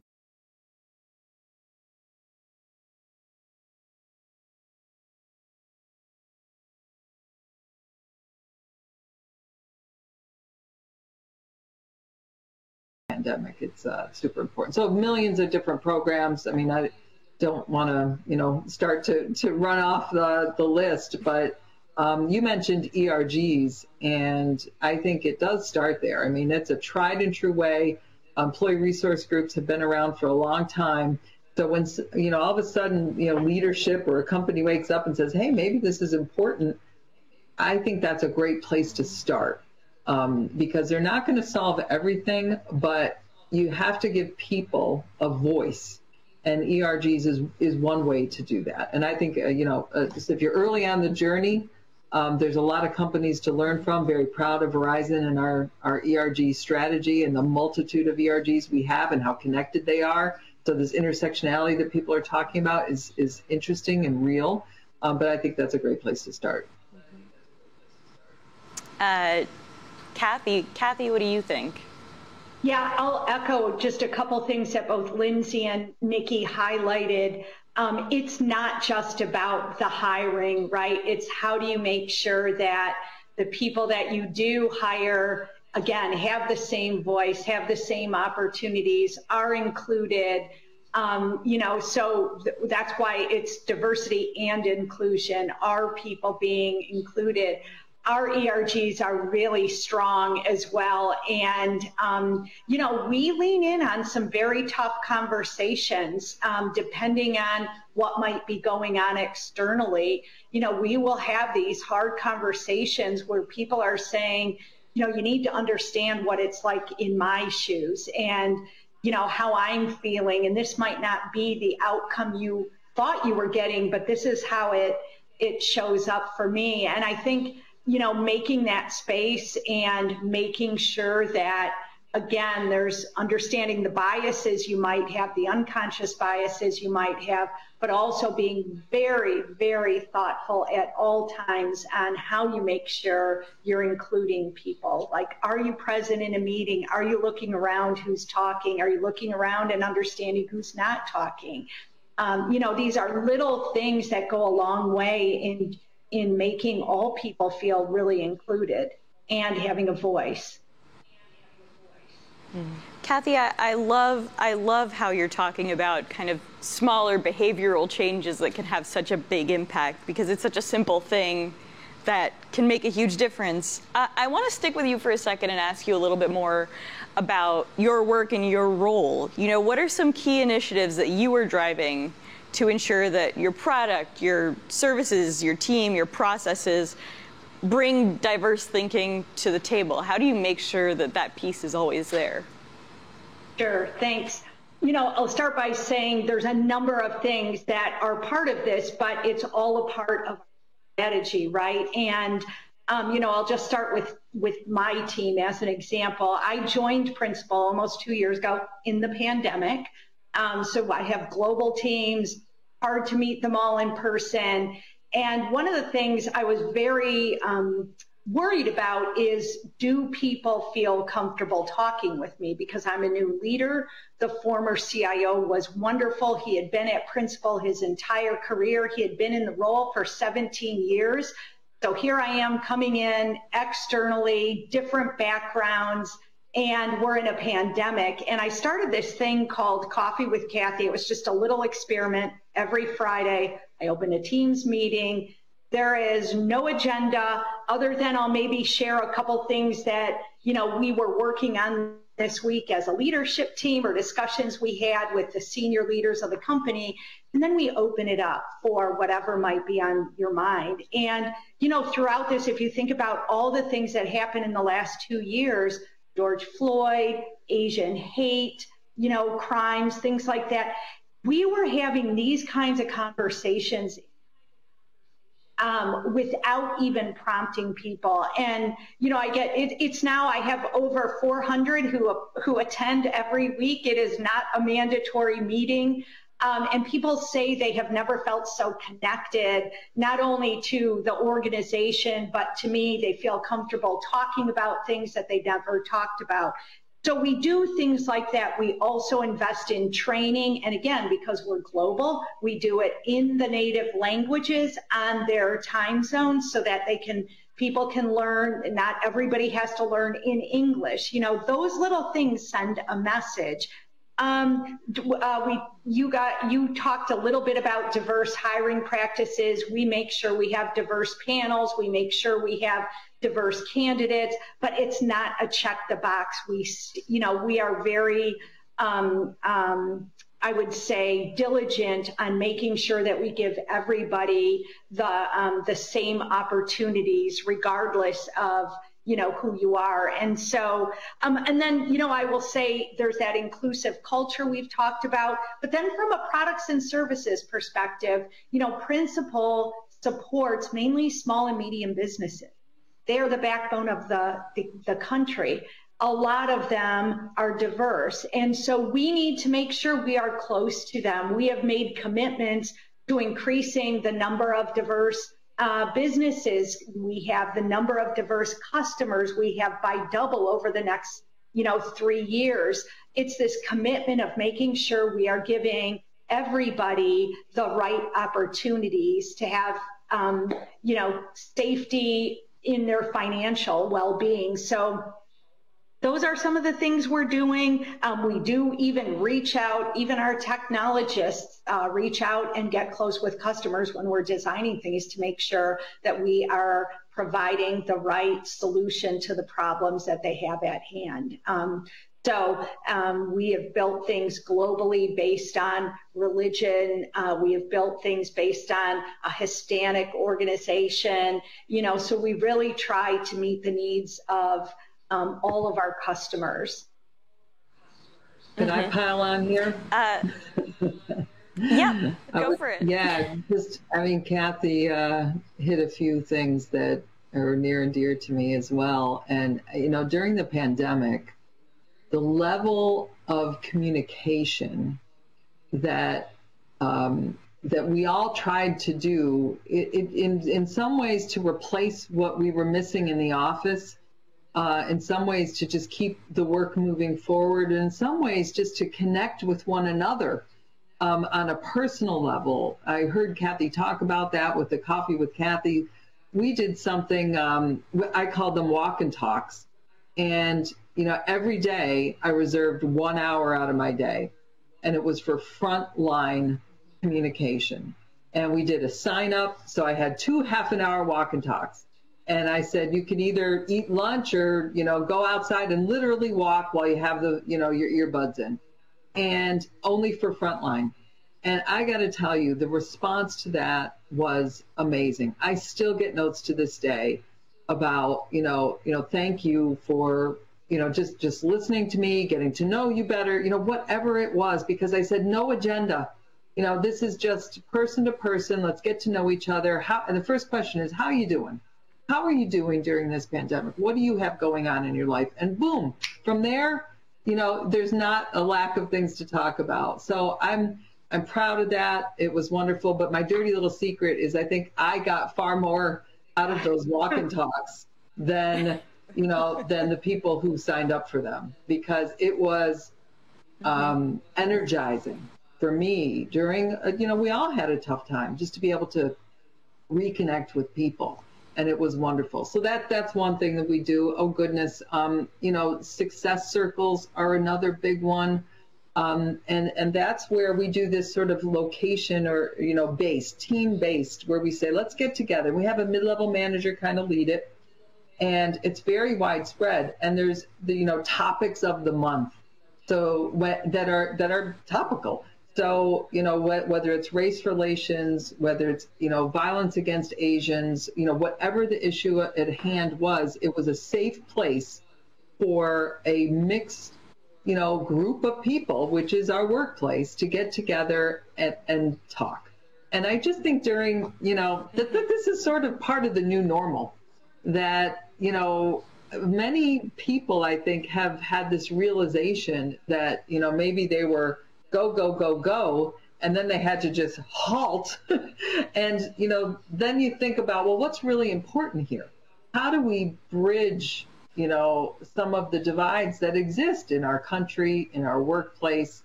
And, I don't know any better place to start than, with kindness and with, honesty in terms of these types of one-on-one connections. Lindsay, you mentioned that Qualtrics is sort of early on in this journey, right? I mean, Verizon seems to have a real track record. I'm not saying Qualtrics doesn't. That's not what I'm saying. We can learn a lot. but I'd love to hear from you about the kind of initiatives that you're overseeing as they relate to DE&I. Yeah. Well, it's kind of affirming that we're trying to put forth some of the things that I hear Nikki and Kathy talking about. It kind of makes me think we're going down the right path. We've done similar things in terms of having one-on-one time, or we call it clumsy curiosity, having the coffee chats, doing things like where our Q groups are managing and kind of have oversight to kind of some discussion groups that are open enterprise-wide. And so they own the content, they kind of leverage some of the questions and things that may be coming up sort of internally, but they have a real ownership role in some of those discussion groups and coming forth and having topics prepared. And I think one of the things that comes out of that is, I think Nikki was mentioning this around empathy, right? And the ability to connect across differences, across different struggles, different circumstances. And so I see that as kind of also part of what we would love to do or see more of, like in terms of training. Like that is, in and of itself, is its own learning experience. So, being able to, I think, enlarge sort of our understanding around some of these topics and use that as a framework to really engage with one another more deeply is sort of our approach and kind of what we're trying to emulate and build at Qualtrics. Well, I feel like the way you ended is a perfect segue onto our last question. And Nikki, I want to start with you for this one. What advice do you have for other tech leaders about driving diversity and inclusion? What have you seen that really works? So first of all, I'll just, I guess, sort of emphasize what I said before, which is, for the unenlightened out there, if you're listening, if you don't think that diversity and inclusion should be part of your tech strategy, I guarantee you will be left behind. And your products won't be as good. You won't be able to retain employees. And good luck to you. We'll take them all. But the truth is, it's just that important. So I think there was a lot of good strategies that were already laid out here today. I would say at Verizon, it doesn't hurt that we have a CEO that is completely committed to these sorts of initiatives, that Hans Vestberg is on our, the CEO Action for Diversity and Inclusion, the New York Jobs CEO Council, the 110, if you've heard about them. They have this, it's a very high-powered group with a goal to advance 1 million Black Americans into family-sustaining jobs over the next 10 years. We're a part of that. So I could go on and on, but there's no lack of, organizations out there for those companies, mid-size, small size, that want to get involved and see, if there are consortiums or different types of advocacy that they can work on. So I would say go there first. I would also say never underestimate the power of your story. I think I've seen some of the most moving moments in my career when a person is able to just sort of strip down the title, strip down, everything, and just say, here's what I had to deal with in my career, and here's what I did. Sometimes you might think that is, I don't know, self-serving or something, but the reality is we still have people in our workforce, and certainly at Verizon and other companies, that do not have good examples around them that can, in their day-to-day life. I'll give it just to underscore this point. I remember when we started very early on, we have a wonderful program. It's called Women of the World. And, every business unit has its implementation of this, but it's a very big deal to be selected and be part of the program. I remember when, telling a story about, early in my career when I was the only woman around in technical fields. I'm sure Kathy probably has, some of these stories too. We all do. And, a woman comes up to me later and she's in tears and just said, I never ever saw myself, in a position like yours or these other leaders, because there was no one around me. And we still have those people out there that need that pathway, that guidance, the reassurance that, there is a way. Maybe you can move your family for your job, not your husband's job or your partner's job. Maybe, all of these things, they, start to come to light. So I think, starting simple, seeing what's out there, sharing your stories, advocacy, all of the things that have been talked about here today are really, really powerful. So happy you did this panel. Kathy, I wanna go to you next, and then I'll come back to you, Lindsay. You can be our closer. No pressure.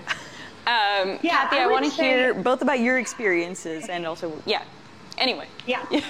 You already started. Sorry, there's a little bit of delay, so I apologize for that. But, I would say there's a couple other things. I totally agree with Nikki, sharing your story. I really don't appreciate the impact it has. And so, even my kids tell me you need to tell your story more. But, I think as a leader, something else that has been super impactful is admitting when you're uncomfortable. I'm very comfortable saying, gosh, this is a really tough problem. I don't have all the answers.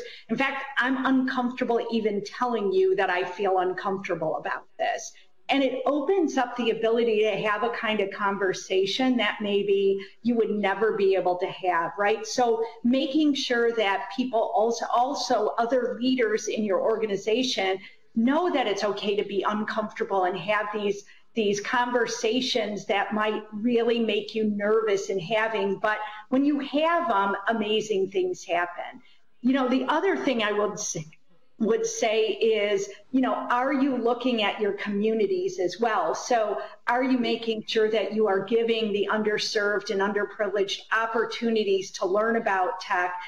I have a group that has been spending the last 6 months every Tuesday, every Thursday after work with a group of kids who don't even have access to computers in their high schools, teaching them how to code. They just graduated last week.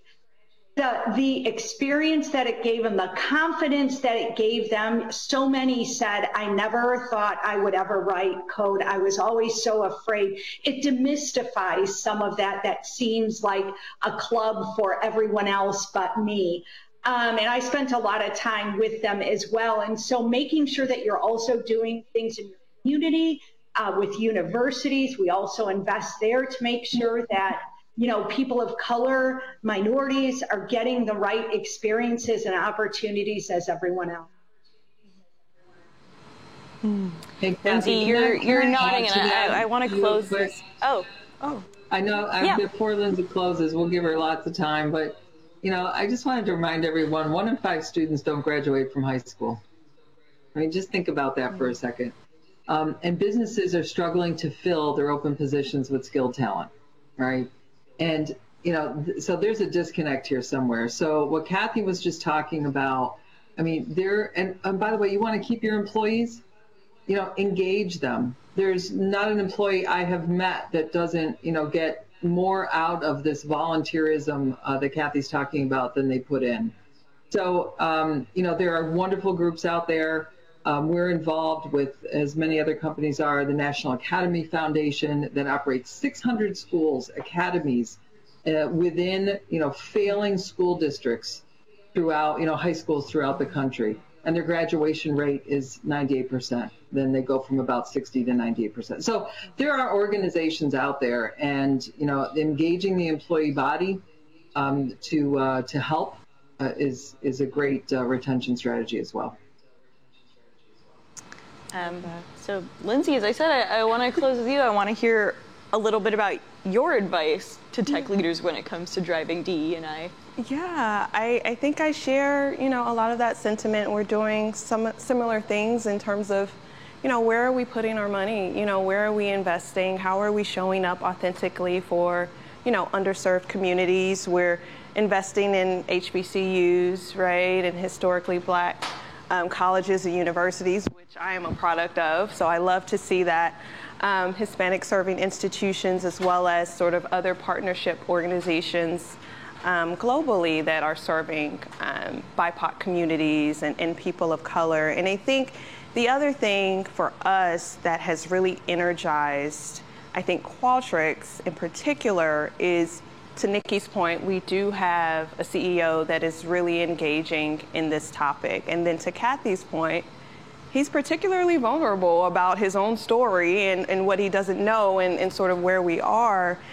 And that said, I think what has become more apparent for me just since I've been in role is how we've operationalized it. So it is one of our 5 big bets for the company. I mean, it is on par with revenue, if not in front of revenue, in terms of the movement we make in the DEI space, right?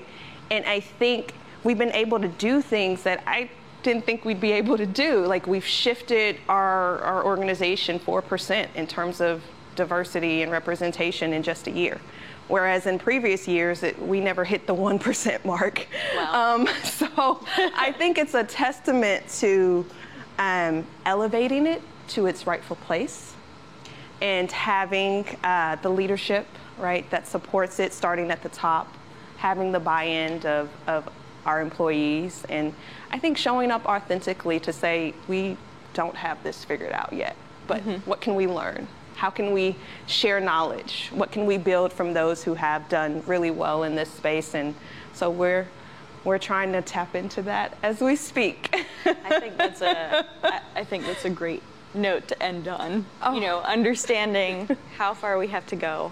Yeah. And learning from your own employees. Yeah. So thank you all so much for joining us on the panel. Lindsay, Nikki, and Kathy, you've been amazing, and I hope our viewers took some lessons from you. Thank you. It's been a pleasure. Thanks so much. The vision of the Mackenzie Dellis review was to create a diversity report that looked not just at the single issues such as race or gender when it comes to diversity, inclusion and belonging, but one that looks holistically at all of the visible and invisible facets of diversity which make each and every one of us unique. By factoring in these 10 specific facets of diversity, inclusion and belonging, organisations can get a very real and measured account of exactly where they are today. They can then look at the ways in which they can move their dials significantly forward by identifying the areas that need the most work and development. The Mackenzie Dellis Annual Review is the most comprehensive corporate survey that really digs into the 10 facets of diversity and inclusion. The 10 facets are important because it actually puts a framework around it that makes the industry have a better opportunity to manage it in both the UK and the United States. The diagnostics in the report help organisations benchmark it themselves against what the industry is doing, how they report, measure, but most importantly, take action on the findings across the report. It's useful data that, in my opinion, everybody who is responsible for culture should absolutely read. So you should take time to read the report, and I know there are many reports that cover the different characteristics. The reason for it though is it really is that one-stop shop. It has all of the 10 facets in there, but also it's great because it gives you feedback about how you're doing. There are fantastic case studies in there, and what I really find valuable is there are absolute nuggets of ideas that you can take and you can put them into your organisation. You can create a fantastic discussion in your organisation from all the insight that's in there, but through those ideas you can actually turn those conversations into action.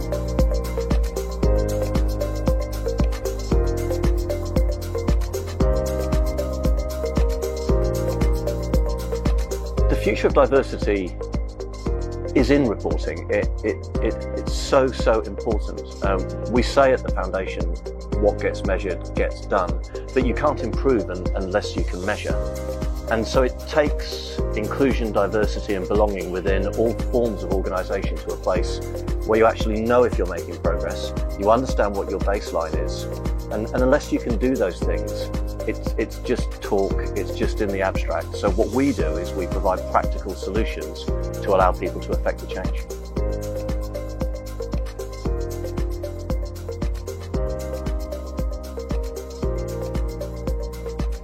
Not only do you get a report on how you scored as a business, that means that you can look at it and see where you're scoring well against other businesses or not so well, but it also then enables you to build a plan and actually really understand where there's opportunity.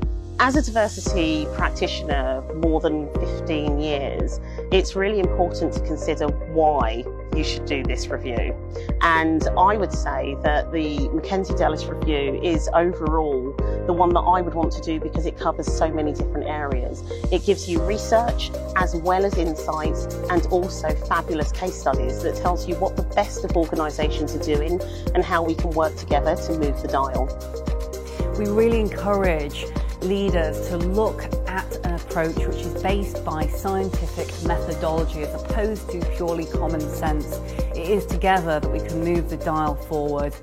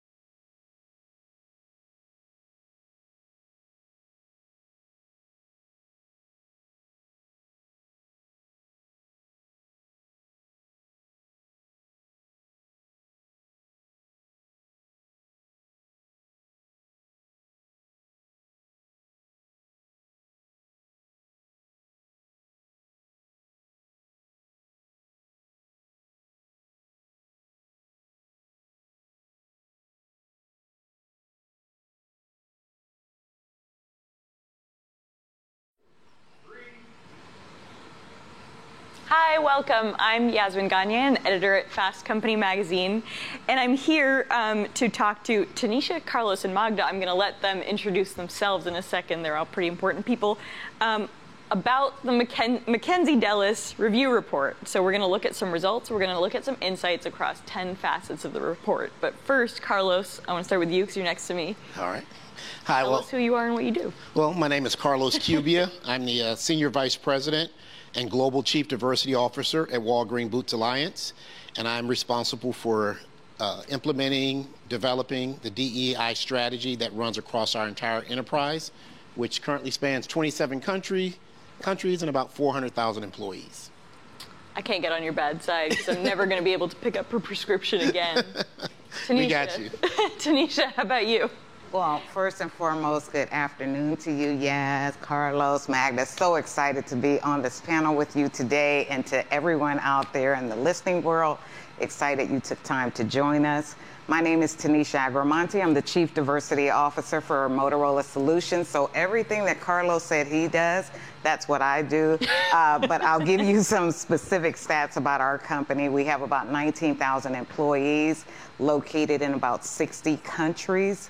And so I'm just incredibly fortunate to lead their DEI strategy again across the enterprise. And we all know that DEI touches on every aspect of our business. And Magda, tell us about you. Hi, thank you for having me. It's great to be with you. I am Magda Irizarry, and I have responsibility at Verizon for diversity, equity, and inclusion. And we have over 125,000 employees around the globe, and it's just a real pleasure to be here with all of you today. Thank you. It's, you said 19,000, she said 125,000. It's just hard for me to conceive of those numbers right now. But Carlos, I want to start, my first question is for you. What information in the Mackenzie Dellis review jumped out to you? And that could be something that's noteworthy, that could be something that's disappointing, something surprising. What were the facts that really stood out? Well, first of all, since I was the only rude one that didn't say thank you for having me, I'll say that now. Thank you guys for having me today and allowing me to be a part of this panel. But I think I was very excited with the results of the review and the insights that came out of it. One of the things that stood out was really around gender diversity. And that's how many companies that really stated that they have a major focus on gender diversity. Because we know when we talk about low-hanging fruit, that's an easy one. Yeah. But unfortunately, the results talked about 8% of those companies, even though almost 100% say they have focus on gender, about 8% of those companies stated that less than 50% of their women in the C-suite were in leadership positions. So while there's a focus there, there's still that barrier that's keeping us from making real strides and breakthrough around gender diversity. I mean, there's so many insights in there that I could probably spend the next hours talking about them, but that one jumped out at me first and foremost. Magda, you're nodding. You're like, this is a problem. Tell me more. What stood out to you in the report? I would Magda. Piggyback on this piece. Sorry. I thought you said Magda. I'm sorry. No problem, Magda. We can go to you first. Okay. Well, I was building on Carlos's comment about gender. And one of the things that really, for me, about that is that sometimes we can focus on the numbers. You know, do you have 50%? Or, what is the representation? And so when I think about that, I say, well, really, that is a lag measure, right? There's a lot of lead measures that have to happen if we're going to turn our attention to the fact that we don't have enough representation of women at the top. So that was, to me, one of the things that I think we all can learn, that even if we're focused there, we have to really have an intentional effort across everything that happens before you can achieve that C-suite representation. So your pipeline, your culture, so many things that we have to really be mindful of. So that kind of disconnect to me says we've got work to do to really understand the whole system that would yield us better results. That makes sense. And Magda, I'm going to come back to you in a second, but Tanisha, I was starting my question to you before. Sorry, viewers, for the snafu there. Tell me about what stood out to you in the review.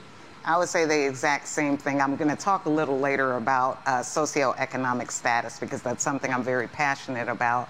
That was something that was last place ranked in terms of companies' attention and focus on that, so I will come back to that. But I want to stick right now with the gender facet. I was really not only surprised with what Carlos said, that 100% of the companies are focused on that, but yet didn't see a lot of movement. But I think it's to Magda's point, right? The reality is that in a year, we were not going to see significant movement or 2 or 3, but it's really difficult when we use that when we explain it. It's not an excuse.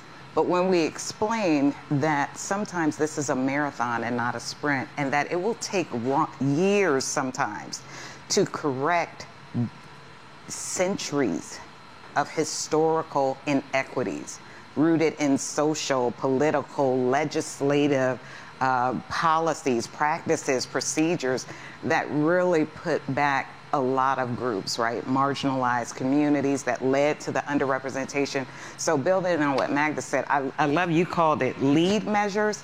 I always speak about it in terms of output measures versus outcome measures. Mm-hmm. Once you identify what the barrier is that's preventing the equality of opportunity, then you have to do a lot of output measures. That could be you have to increase the diversity in your talent pipeline. You have to invest money in different professional organizations that serve minorities, women of color, people with disabilities. Then you expect to see the outcome from that later. But I think people jump immediately to outcome without recognizing you had to put in the work to dismantle whatever the root causes are that was leading to the numbers. Yeah. That makes a lot of sense. Magda, I want to come back to you. You know, you just spoke about the importance of kind of looking beyond the numbers or looking at the numbers and kind of questioning everything. But I'm curious, you know, for companies like Verizon, like Walgreens, you know, what do you think are the benefits in participating in something like the Mackenzie Dulles Review? You know, what do they give you that you can use? They give us a lot of information. I think the what is important in the report. We have 10 facets, right? So it's rich. And when we think about Verizon's purpose, we exist to move the world forward. And we want to do that for all 4 of our stakeholders, our employees, our customers, the society, our shareholders. And in order for us to do that, we really need to make sure that we stay curious, that we're always learning, and that we're innovating. And the research here is an opportunity to do just that. You know, really going outside of ourselves, looking at some objective measures, and again, across 10 facets of diversity, equity, and inclusion. And that's really part of that continuous, how do we up our game all the time, right? Our credo says, our best was good enough for today, tomorrow we'll do better. And that applies to diversity, equity, and inclusion. Right. And so Tanisha was just talking about this is not for the weary. This is not just kind of a quick fix. This is sustainable inside your walls as an organization and outside your walls as a society. Right. And so for us to be able to have this opportunity with 37 other Fortune companies to really explore this together is important. And I just want to applaud the Mackenzie Dulles team, because they demonstrated their value on diversity and inclusion because they went out and they looked at the UN's sustainable goals, right? They talked with Disability In and other organizations. And so really opening it up for us, that's important. I place a lot of value on the design with other organizations that really represent a very broad range of diversity. So those are some of the reasons I place value on participating. Yeah, can I just... I was going to go to you next. Okay, so. I mean, and Magda, I think you nailed it. I mean, you talk about a comprehensive piece of information all coming together in one place. You talked about the disability in the UN. We go in different places to get that information, but here it's compiled and neatly packed for organizations to really try to take a look at data, because we know there's two ways that we make change, and that's through the head or through the heart, right? Either you can appeal to someone's sense of, good, that they want to just do good for the sake of doing good, and other folks say, I need a different reason to do that. And so here it's facts and data, research and information, where if the heart doesn't move you, the data should, right? Because this is meaningful work. This is another toolkit as we start to move DE&I forward, or continue to move it forward. And, I know you made a reference earlier, a sports reference, so you opened the door there. Okay. So, it's, to me, when you talk about marathon, I see this as a track meet. There are going to be some marathon, long distance, but we need some sprints in there too. So I think we need to be very intentional about knocking those barriers down, because it's so easy to say, it took us a long time to get here. It's going to take us a long time to get out of it. In some cases, yes, but in other areas, we're going to knock it down tomorrow. And just be very intentional and take those extra steps. And that takes, Magdi said, it's not for the weary. And for companies, sometimes to make a decision like that, you're going to have naysayers out there and detractors, and you just have to deal with that.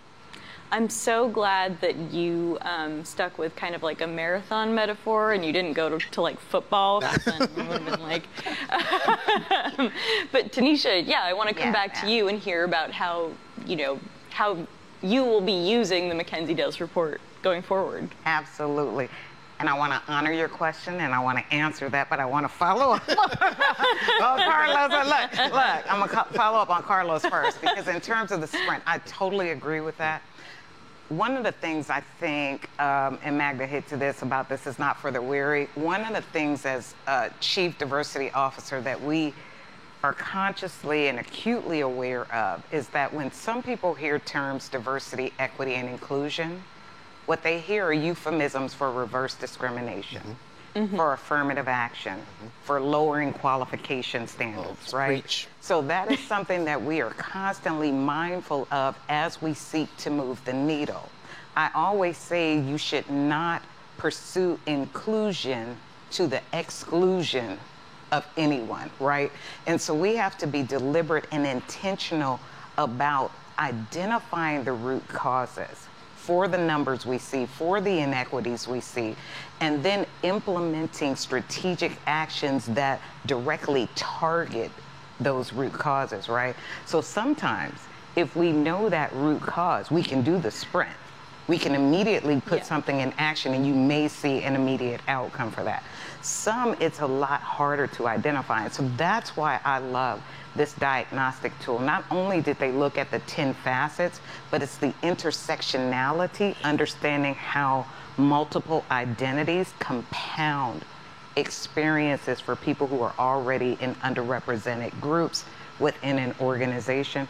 So how I plan to use this is, one, recognizing I don't know what I don't know. We always hear that, right? But I do know what I don't know. What I don't know is what other companies are doing.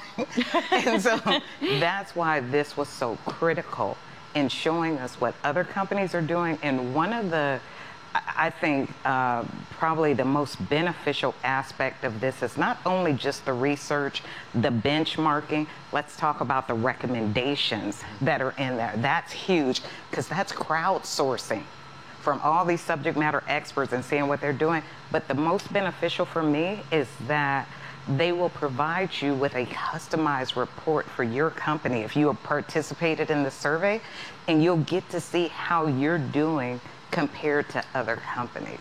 That's what I don't know, and I know I don't know that. Tanisha, you have provided the perfect segue to my next question, which I want to start with you on. Which is, I want to ask you a little bit about your company's case study. What are you proud of about this initiative, and what lessons did you learn from the report that you received? So we chose to provide a case study on what our people with disabilities plus allies, we call them business councils. Most people refer to them as employee resource groups or business resource groups. But we chose to highlight something they did because in 2020, 2021, our focus was on really creating a sense of belonging. We knew we needed to do that based on surveys that we conducted with our employees. People felt isolated. They felt like they were covering who they are, covering being a parent, right? So that they would not suffer penalties, you know, for taking care of their kids while they were supposed to be working, covering with having a disability, because they did not want anyone to think they were using that as an excuse. So this business council was very deliberate about focusing on mental health, destigmatizing mental health. So they offered a mindfulness course, and it was attended by over 800 employees, which is huge. That's just live version, not the replay, right? And then we expanded that business council to Poland, the UK, Latin America, Asian Pacific, so expanding their reach. But most important for me, and I'd have to look at my notes, and I know I won't find it right away, so I'm gonna try to paraphrase. We saw a significant uptick on our internal social media platform where employees were saying, I have a disability.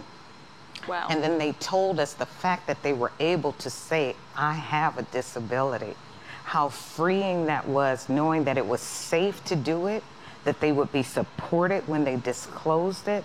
So for us, that destigmatizing, creating a community where they felt safe, they didn't have to cover, that belonging, that for me, there's nothing better than that when you know people can be who they are, and that's what they said. Saying it is not a bad thing. It's just a part of who I am and what makes me me. That's huge. And you want your employees to be able to bring, you know, their whole self to work, or as much as they can. That makes sense. Carlos, before I get to you, I want to turn to Magda. Tell us a bit about Verizon's case study and what you're proud of from this initiative. Thank you. I'm proud of Tanisha's initiative, quite frankly, right? Because we're learning so much from each other, which makes it so powerful. We chose to talk about two initiatives in the research. One was around our women, and the other was around racial justice. And so, as it related to women, one of the things I would highlight is that we've had over 5,000 women participate in what we call Women of the World. What's really special about this is that we experimented in one of our business groups. And so often, you know, we get so overwhelmed by the problem, whatever the problem is that we're trying to address. And what we've learned is that sometimes you've got to start small, experiment, test, learn, and then see how then you might scale. And so to be able to say today that something that started in our wireless division, specifically focused on women in sales, grew globally to now represent women in technology, women in sales, but also women in marketing and in parts of the business. And so I would just encourage everyone who's listening that sometimes can get overwhelmed by where do I start? You know, now I have all of this data, is to just get a partner in the business, an area of the business where you have an ally in the executive team that's really looking to solve a business problem. And DEI is a problem-solving solution, right? It is a solution. The other piece on the racial justice plan that's also in the report really taught us similarly that in order for us to be effective, we need a cross-enterprise, all of us working together strategy. And so we thought about our communications strategy, internal communications and external. How are we talking and creating spaces for our employees to have rich and open conversations, right? Where no one feels psychologically unsafe. Sometimes it could feel as though only some voices are diverse voices, but all voices are truly diverse voices. I don't speak for every woman. I don't speak for every Puerto Rican. I don't speak for every V-teamer. And so the reality is, how do we create that space? And so we really focused on that communications piece with our communications partners. But then we also partnered with our social responsibility organization, with our public policy organization, so that we could invest $20 million in civil rights organizations. That took relationships that have been built over a long time by our, teams in social responsibility. And then, of course, the HR organization is a part of that as well. How do we build a stronger organization?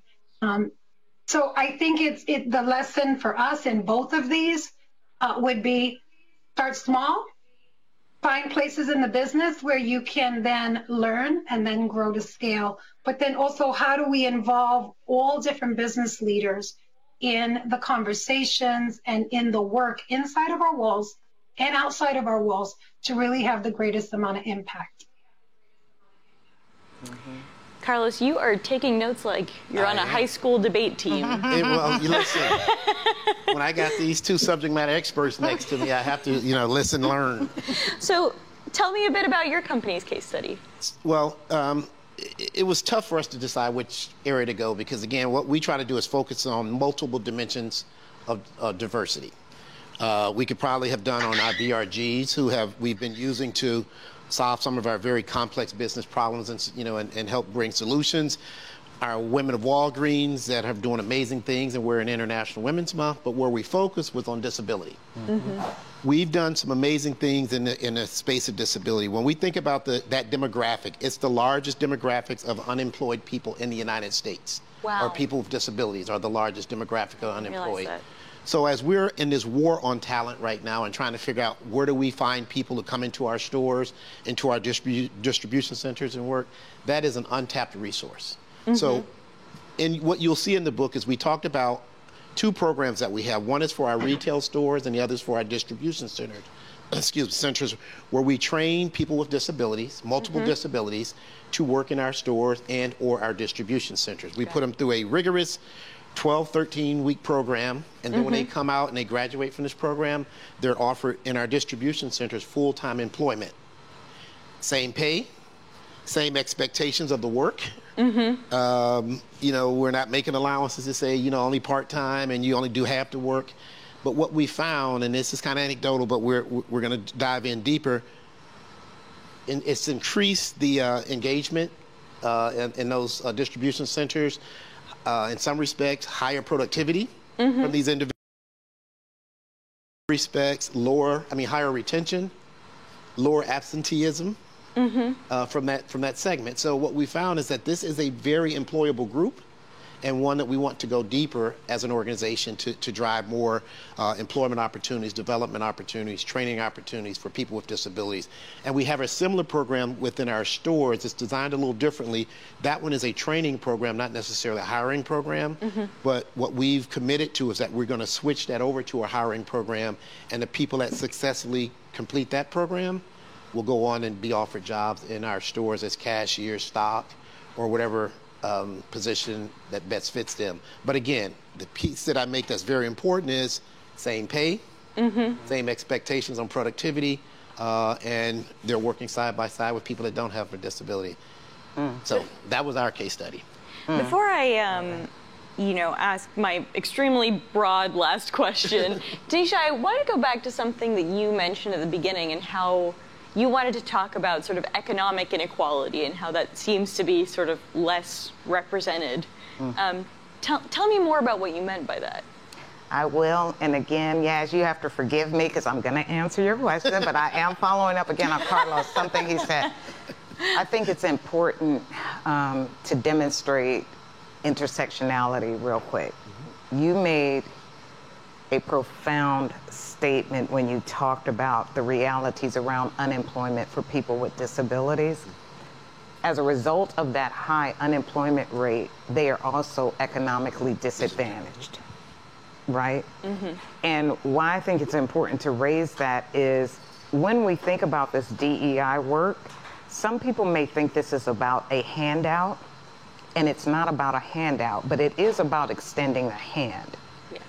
And we're extending the hand by addressing historical inequities. So what you demonstrated is that there are stigmas around the competencies and capabilities of people with disabilities. That's why that unemployment rate is high.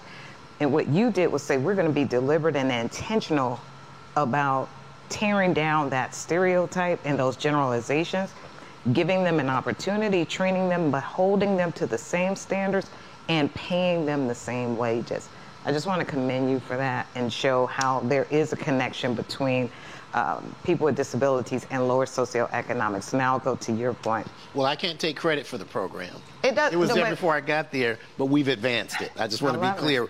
We've advanced the program. Yeah, when I say you, I mean Walgreens, but under your great leadership. In terms of socioeconomic status, that's something in the U.S. that is really an often overlooked dimension of diversity. And so I was really excited to see that as part of the diagnostic tool as one of the facets that they were looking at. For me, the fact that it ranked last shows us that's not something that we typically pay attention to. At Motorola Solutions, I'm so proud of a couple of things we're doing, and I felt validated because when you look in the report, many of the recommendations are things that we're already doing. So that's another good thing about this report is you get to see if you're on mark or if you're way off track, right?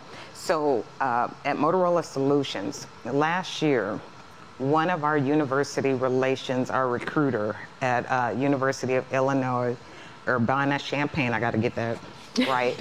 He reached out to me and he said, hey, Tanisha, I have some students that have overcome a lot of life obstacles to make it here on this campus. But when I administered our assessment test to them for our engineering internship, they didn't fare as well on the test.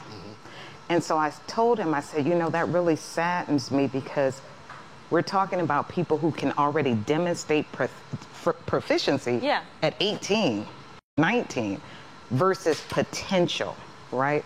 And one of the things that we know to be true is men are disproportionately hired based on their potential, not their performance or their proficiency, right? And this is true of people of color, women as well. So I said, how can we mitigate circumstances that have advantaged people who come from money?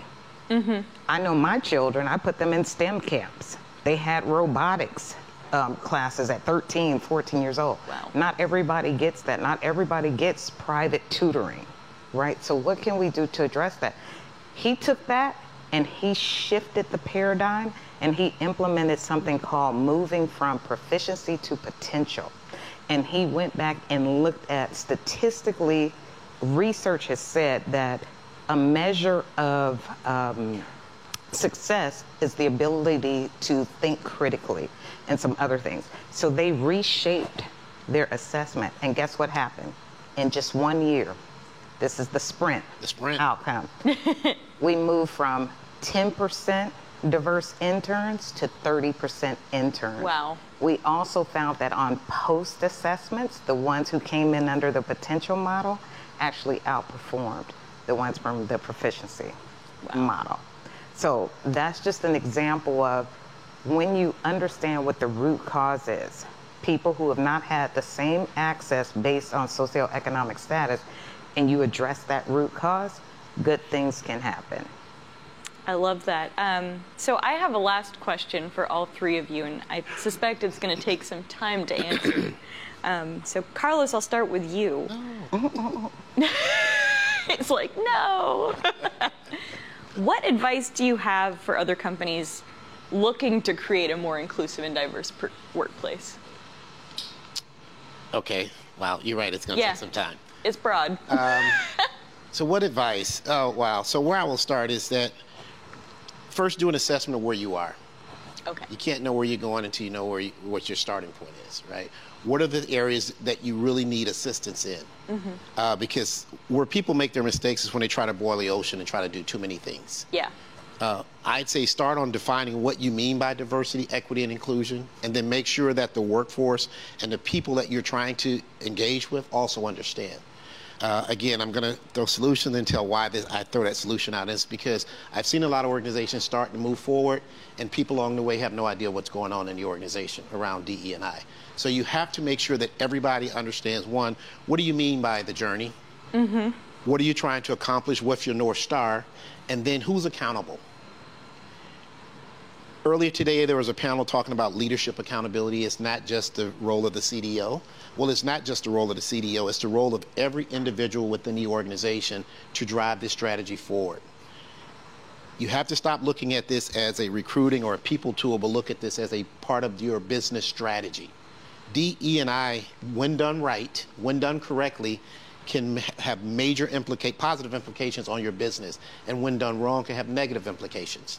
So you really need to draw up a plan, make sure everyone understands the plan, get people that are accountable, get ambassadors and champions along the way, and really decide what you're trying to accomplish, and then check off the small wins.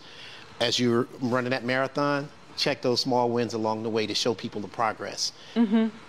The other advice I would give folks is don't get so caught up if the numbers don't move quickly in year 1 or in year 2. Because if you just focus on the numbers, then you'll probably be disappointed at the end of year 1 and 2.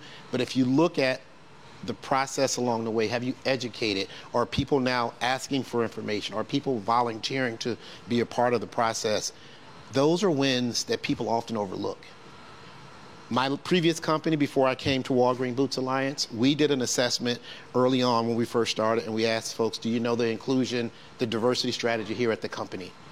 I think we had 87% of the people said they didn't know what it was. Wow. So we stopped everything and did an education process for that year. We just spent the whole year educating the organization, and that next year with the engagement survey, we asked the exact same question. That number dropped to the low 30s. Mm-hmm. People said, we now understand it. We still don't know how we're going to get there, but we understand it now. And once you have that understanding and that basis, then you can start setting the roadmap to move forward. Magda, I saw you nodding through part of that, so I want to ask you the same question. You know, what advice do you have for companies looking to become more diverse and inclusive? I agree with what Carlos just shared, that it has to be embedded into the strategy of the organization. It can't be a bolt-on program, flavor of the month. It has to really feel as though it is an expression of the company's values, an expression of the company's purpose, part of the conversation. Using Carlos's example of looking at how things can change. We had an executive who was new to the organization, and recently she and I were touching base, and she just expressed, I really didn't expect that diversity, equity, and inclusion would be in so many of my business conversations. And that's kind of what you want to see happen. She said, I remember, we had these programs and activities, Heritage Months and things like that. But this is really a part of your strategy. So when you're thinking about being the provider of choice for your customers, right? Are you thinking about your customers with disabilities? Are you creating products and solutions with them in mind? Are you thinking about the multilingual needs of your customers, or even the changing face of your shareholders, right? And of the larger society. So I just think that part Carlos was talking about, that it has to be part of the business conversation, would allow more people to answer, yeah, I get diversity, equity, and inclusion from a business perspective. I think that's important advice. I also think something that Tanisha said earlier has to be addressed, and that is that the perception that this is a zero-sum game has to be addressed. That in order for some people to gain access, that means other people are going to lose access. And it's really not about that. It's really about opportunity for all. And in that, we have to be comfortable not to treat everybody exactly the same way.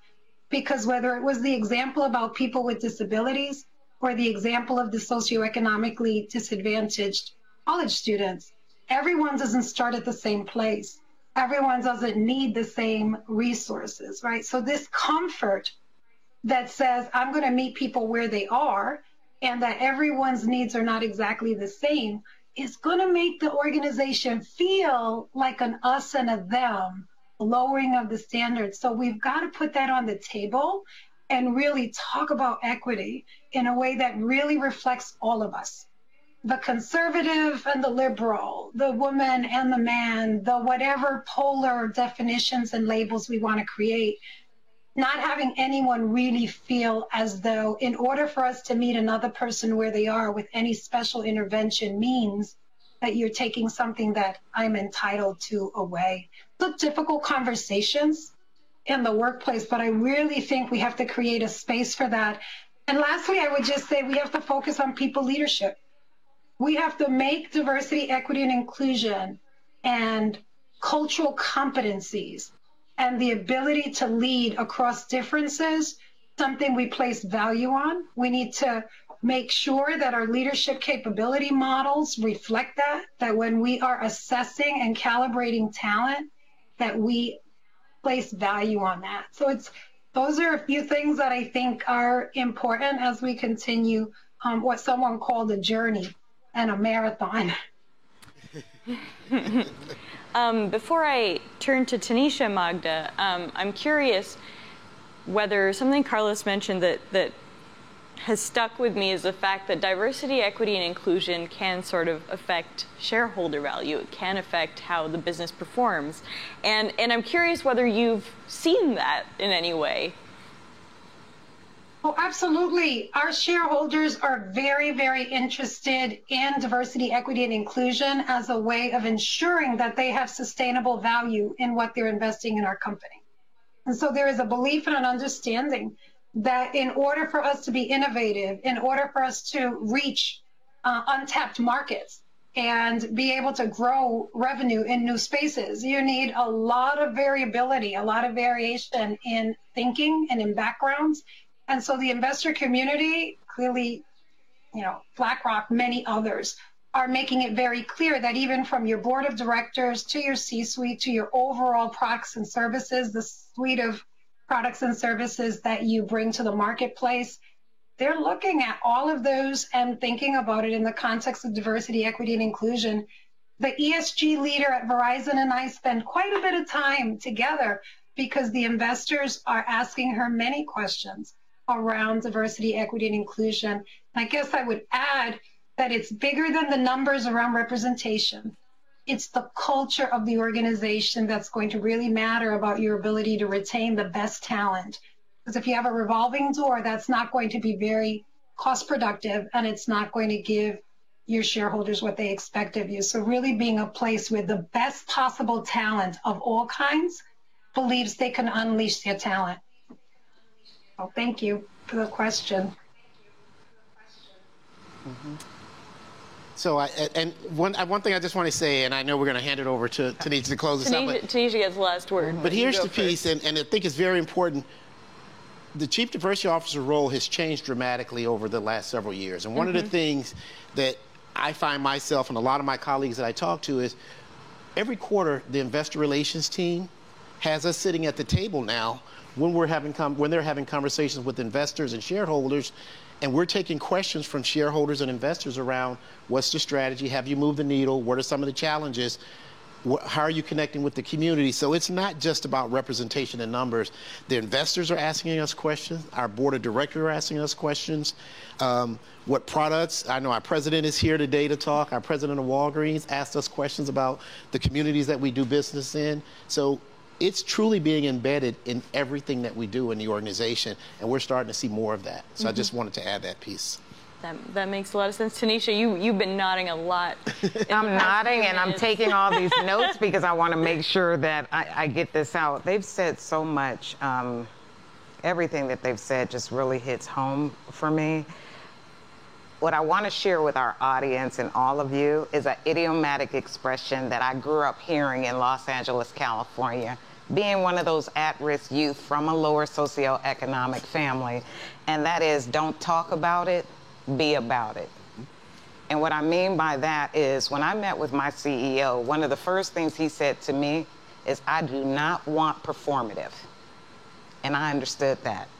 And I knew that was the charge. Customers, communities, stakeholders everywhere, investors, board of directors, no one wants us to have perfunctory, platitude type things. We have to show up and show out. And so I'm really proud at Motorola Solutions for this sprint part. In just 1 year, we did something that I think is so significant and will guarantee long-term sustainable outcomes, and that is we adopted inclusive as a company value. So regardless of who sits in my seat or anyone else in other seats, that will become part of our culture. And that's what Magda taught. We use that as part of our performance management. We evaluate people on their inclusive behaviors. That's how you create a culture of inclusion. The other thing is being transparent about our data. Companies now are moving there. So everything that we did was in response to what we heard from our stakeholders.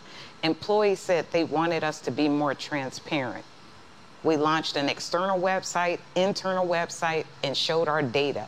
And not just aggregated people of color, we disaggregated that and showed the data at different levels.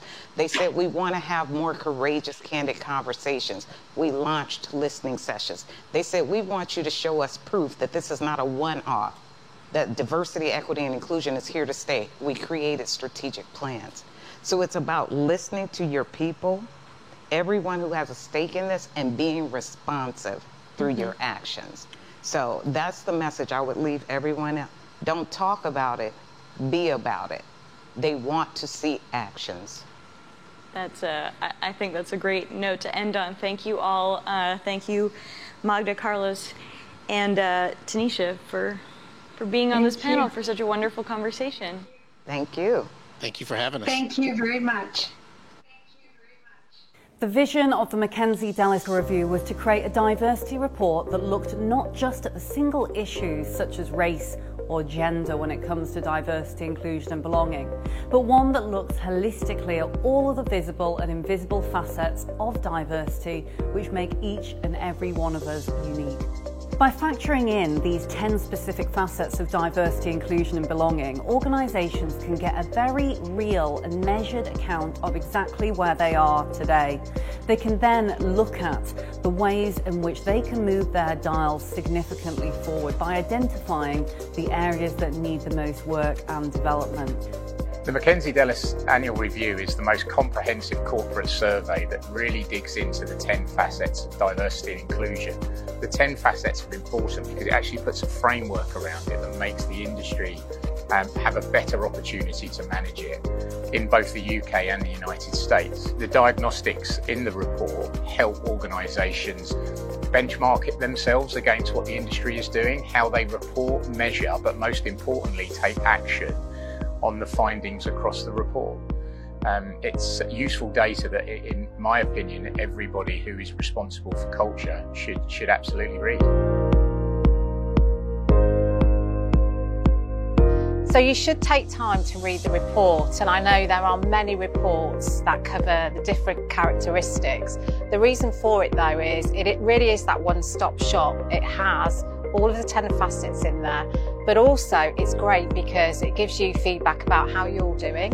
There are fantastic case studies in there, and what I really find valuable is there are absolute nuggets of ideas that you can take and you can put them into your organisation. You can create a fantastic discussion in your organisation from all the insight that's in there, but through those ideas you can actually turn those conversations into action.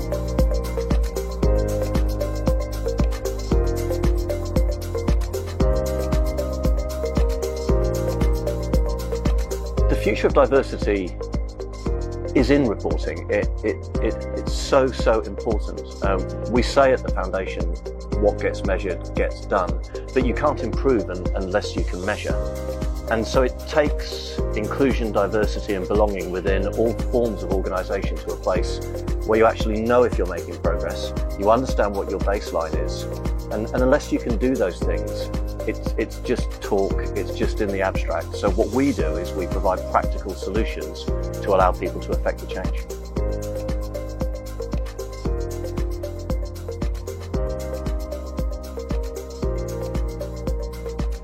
Not only do you get a report on how you've scored as a business, that means that you can look at it and see where you're scoring well against other businesses or not so well, but it also then enables you to build a plan and actually really understand where there's opportunity. As a diversity practitioner more than 15 years, it's really important to consider why you should do this review.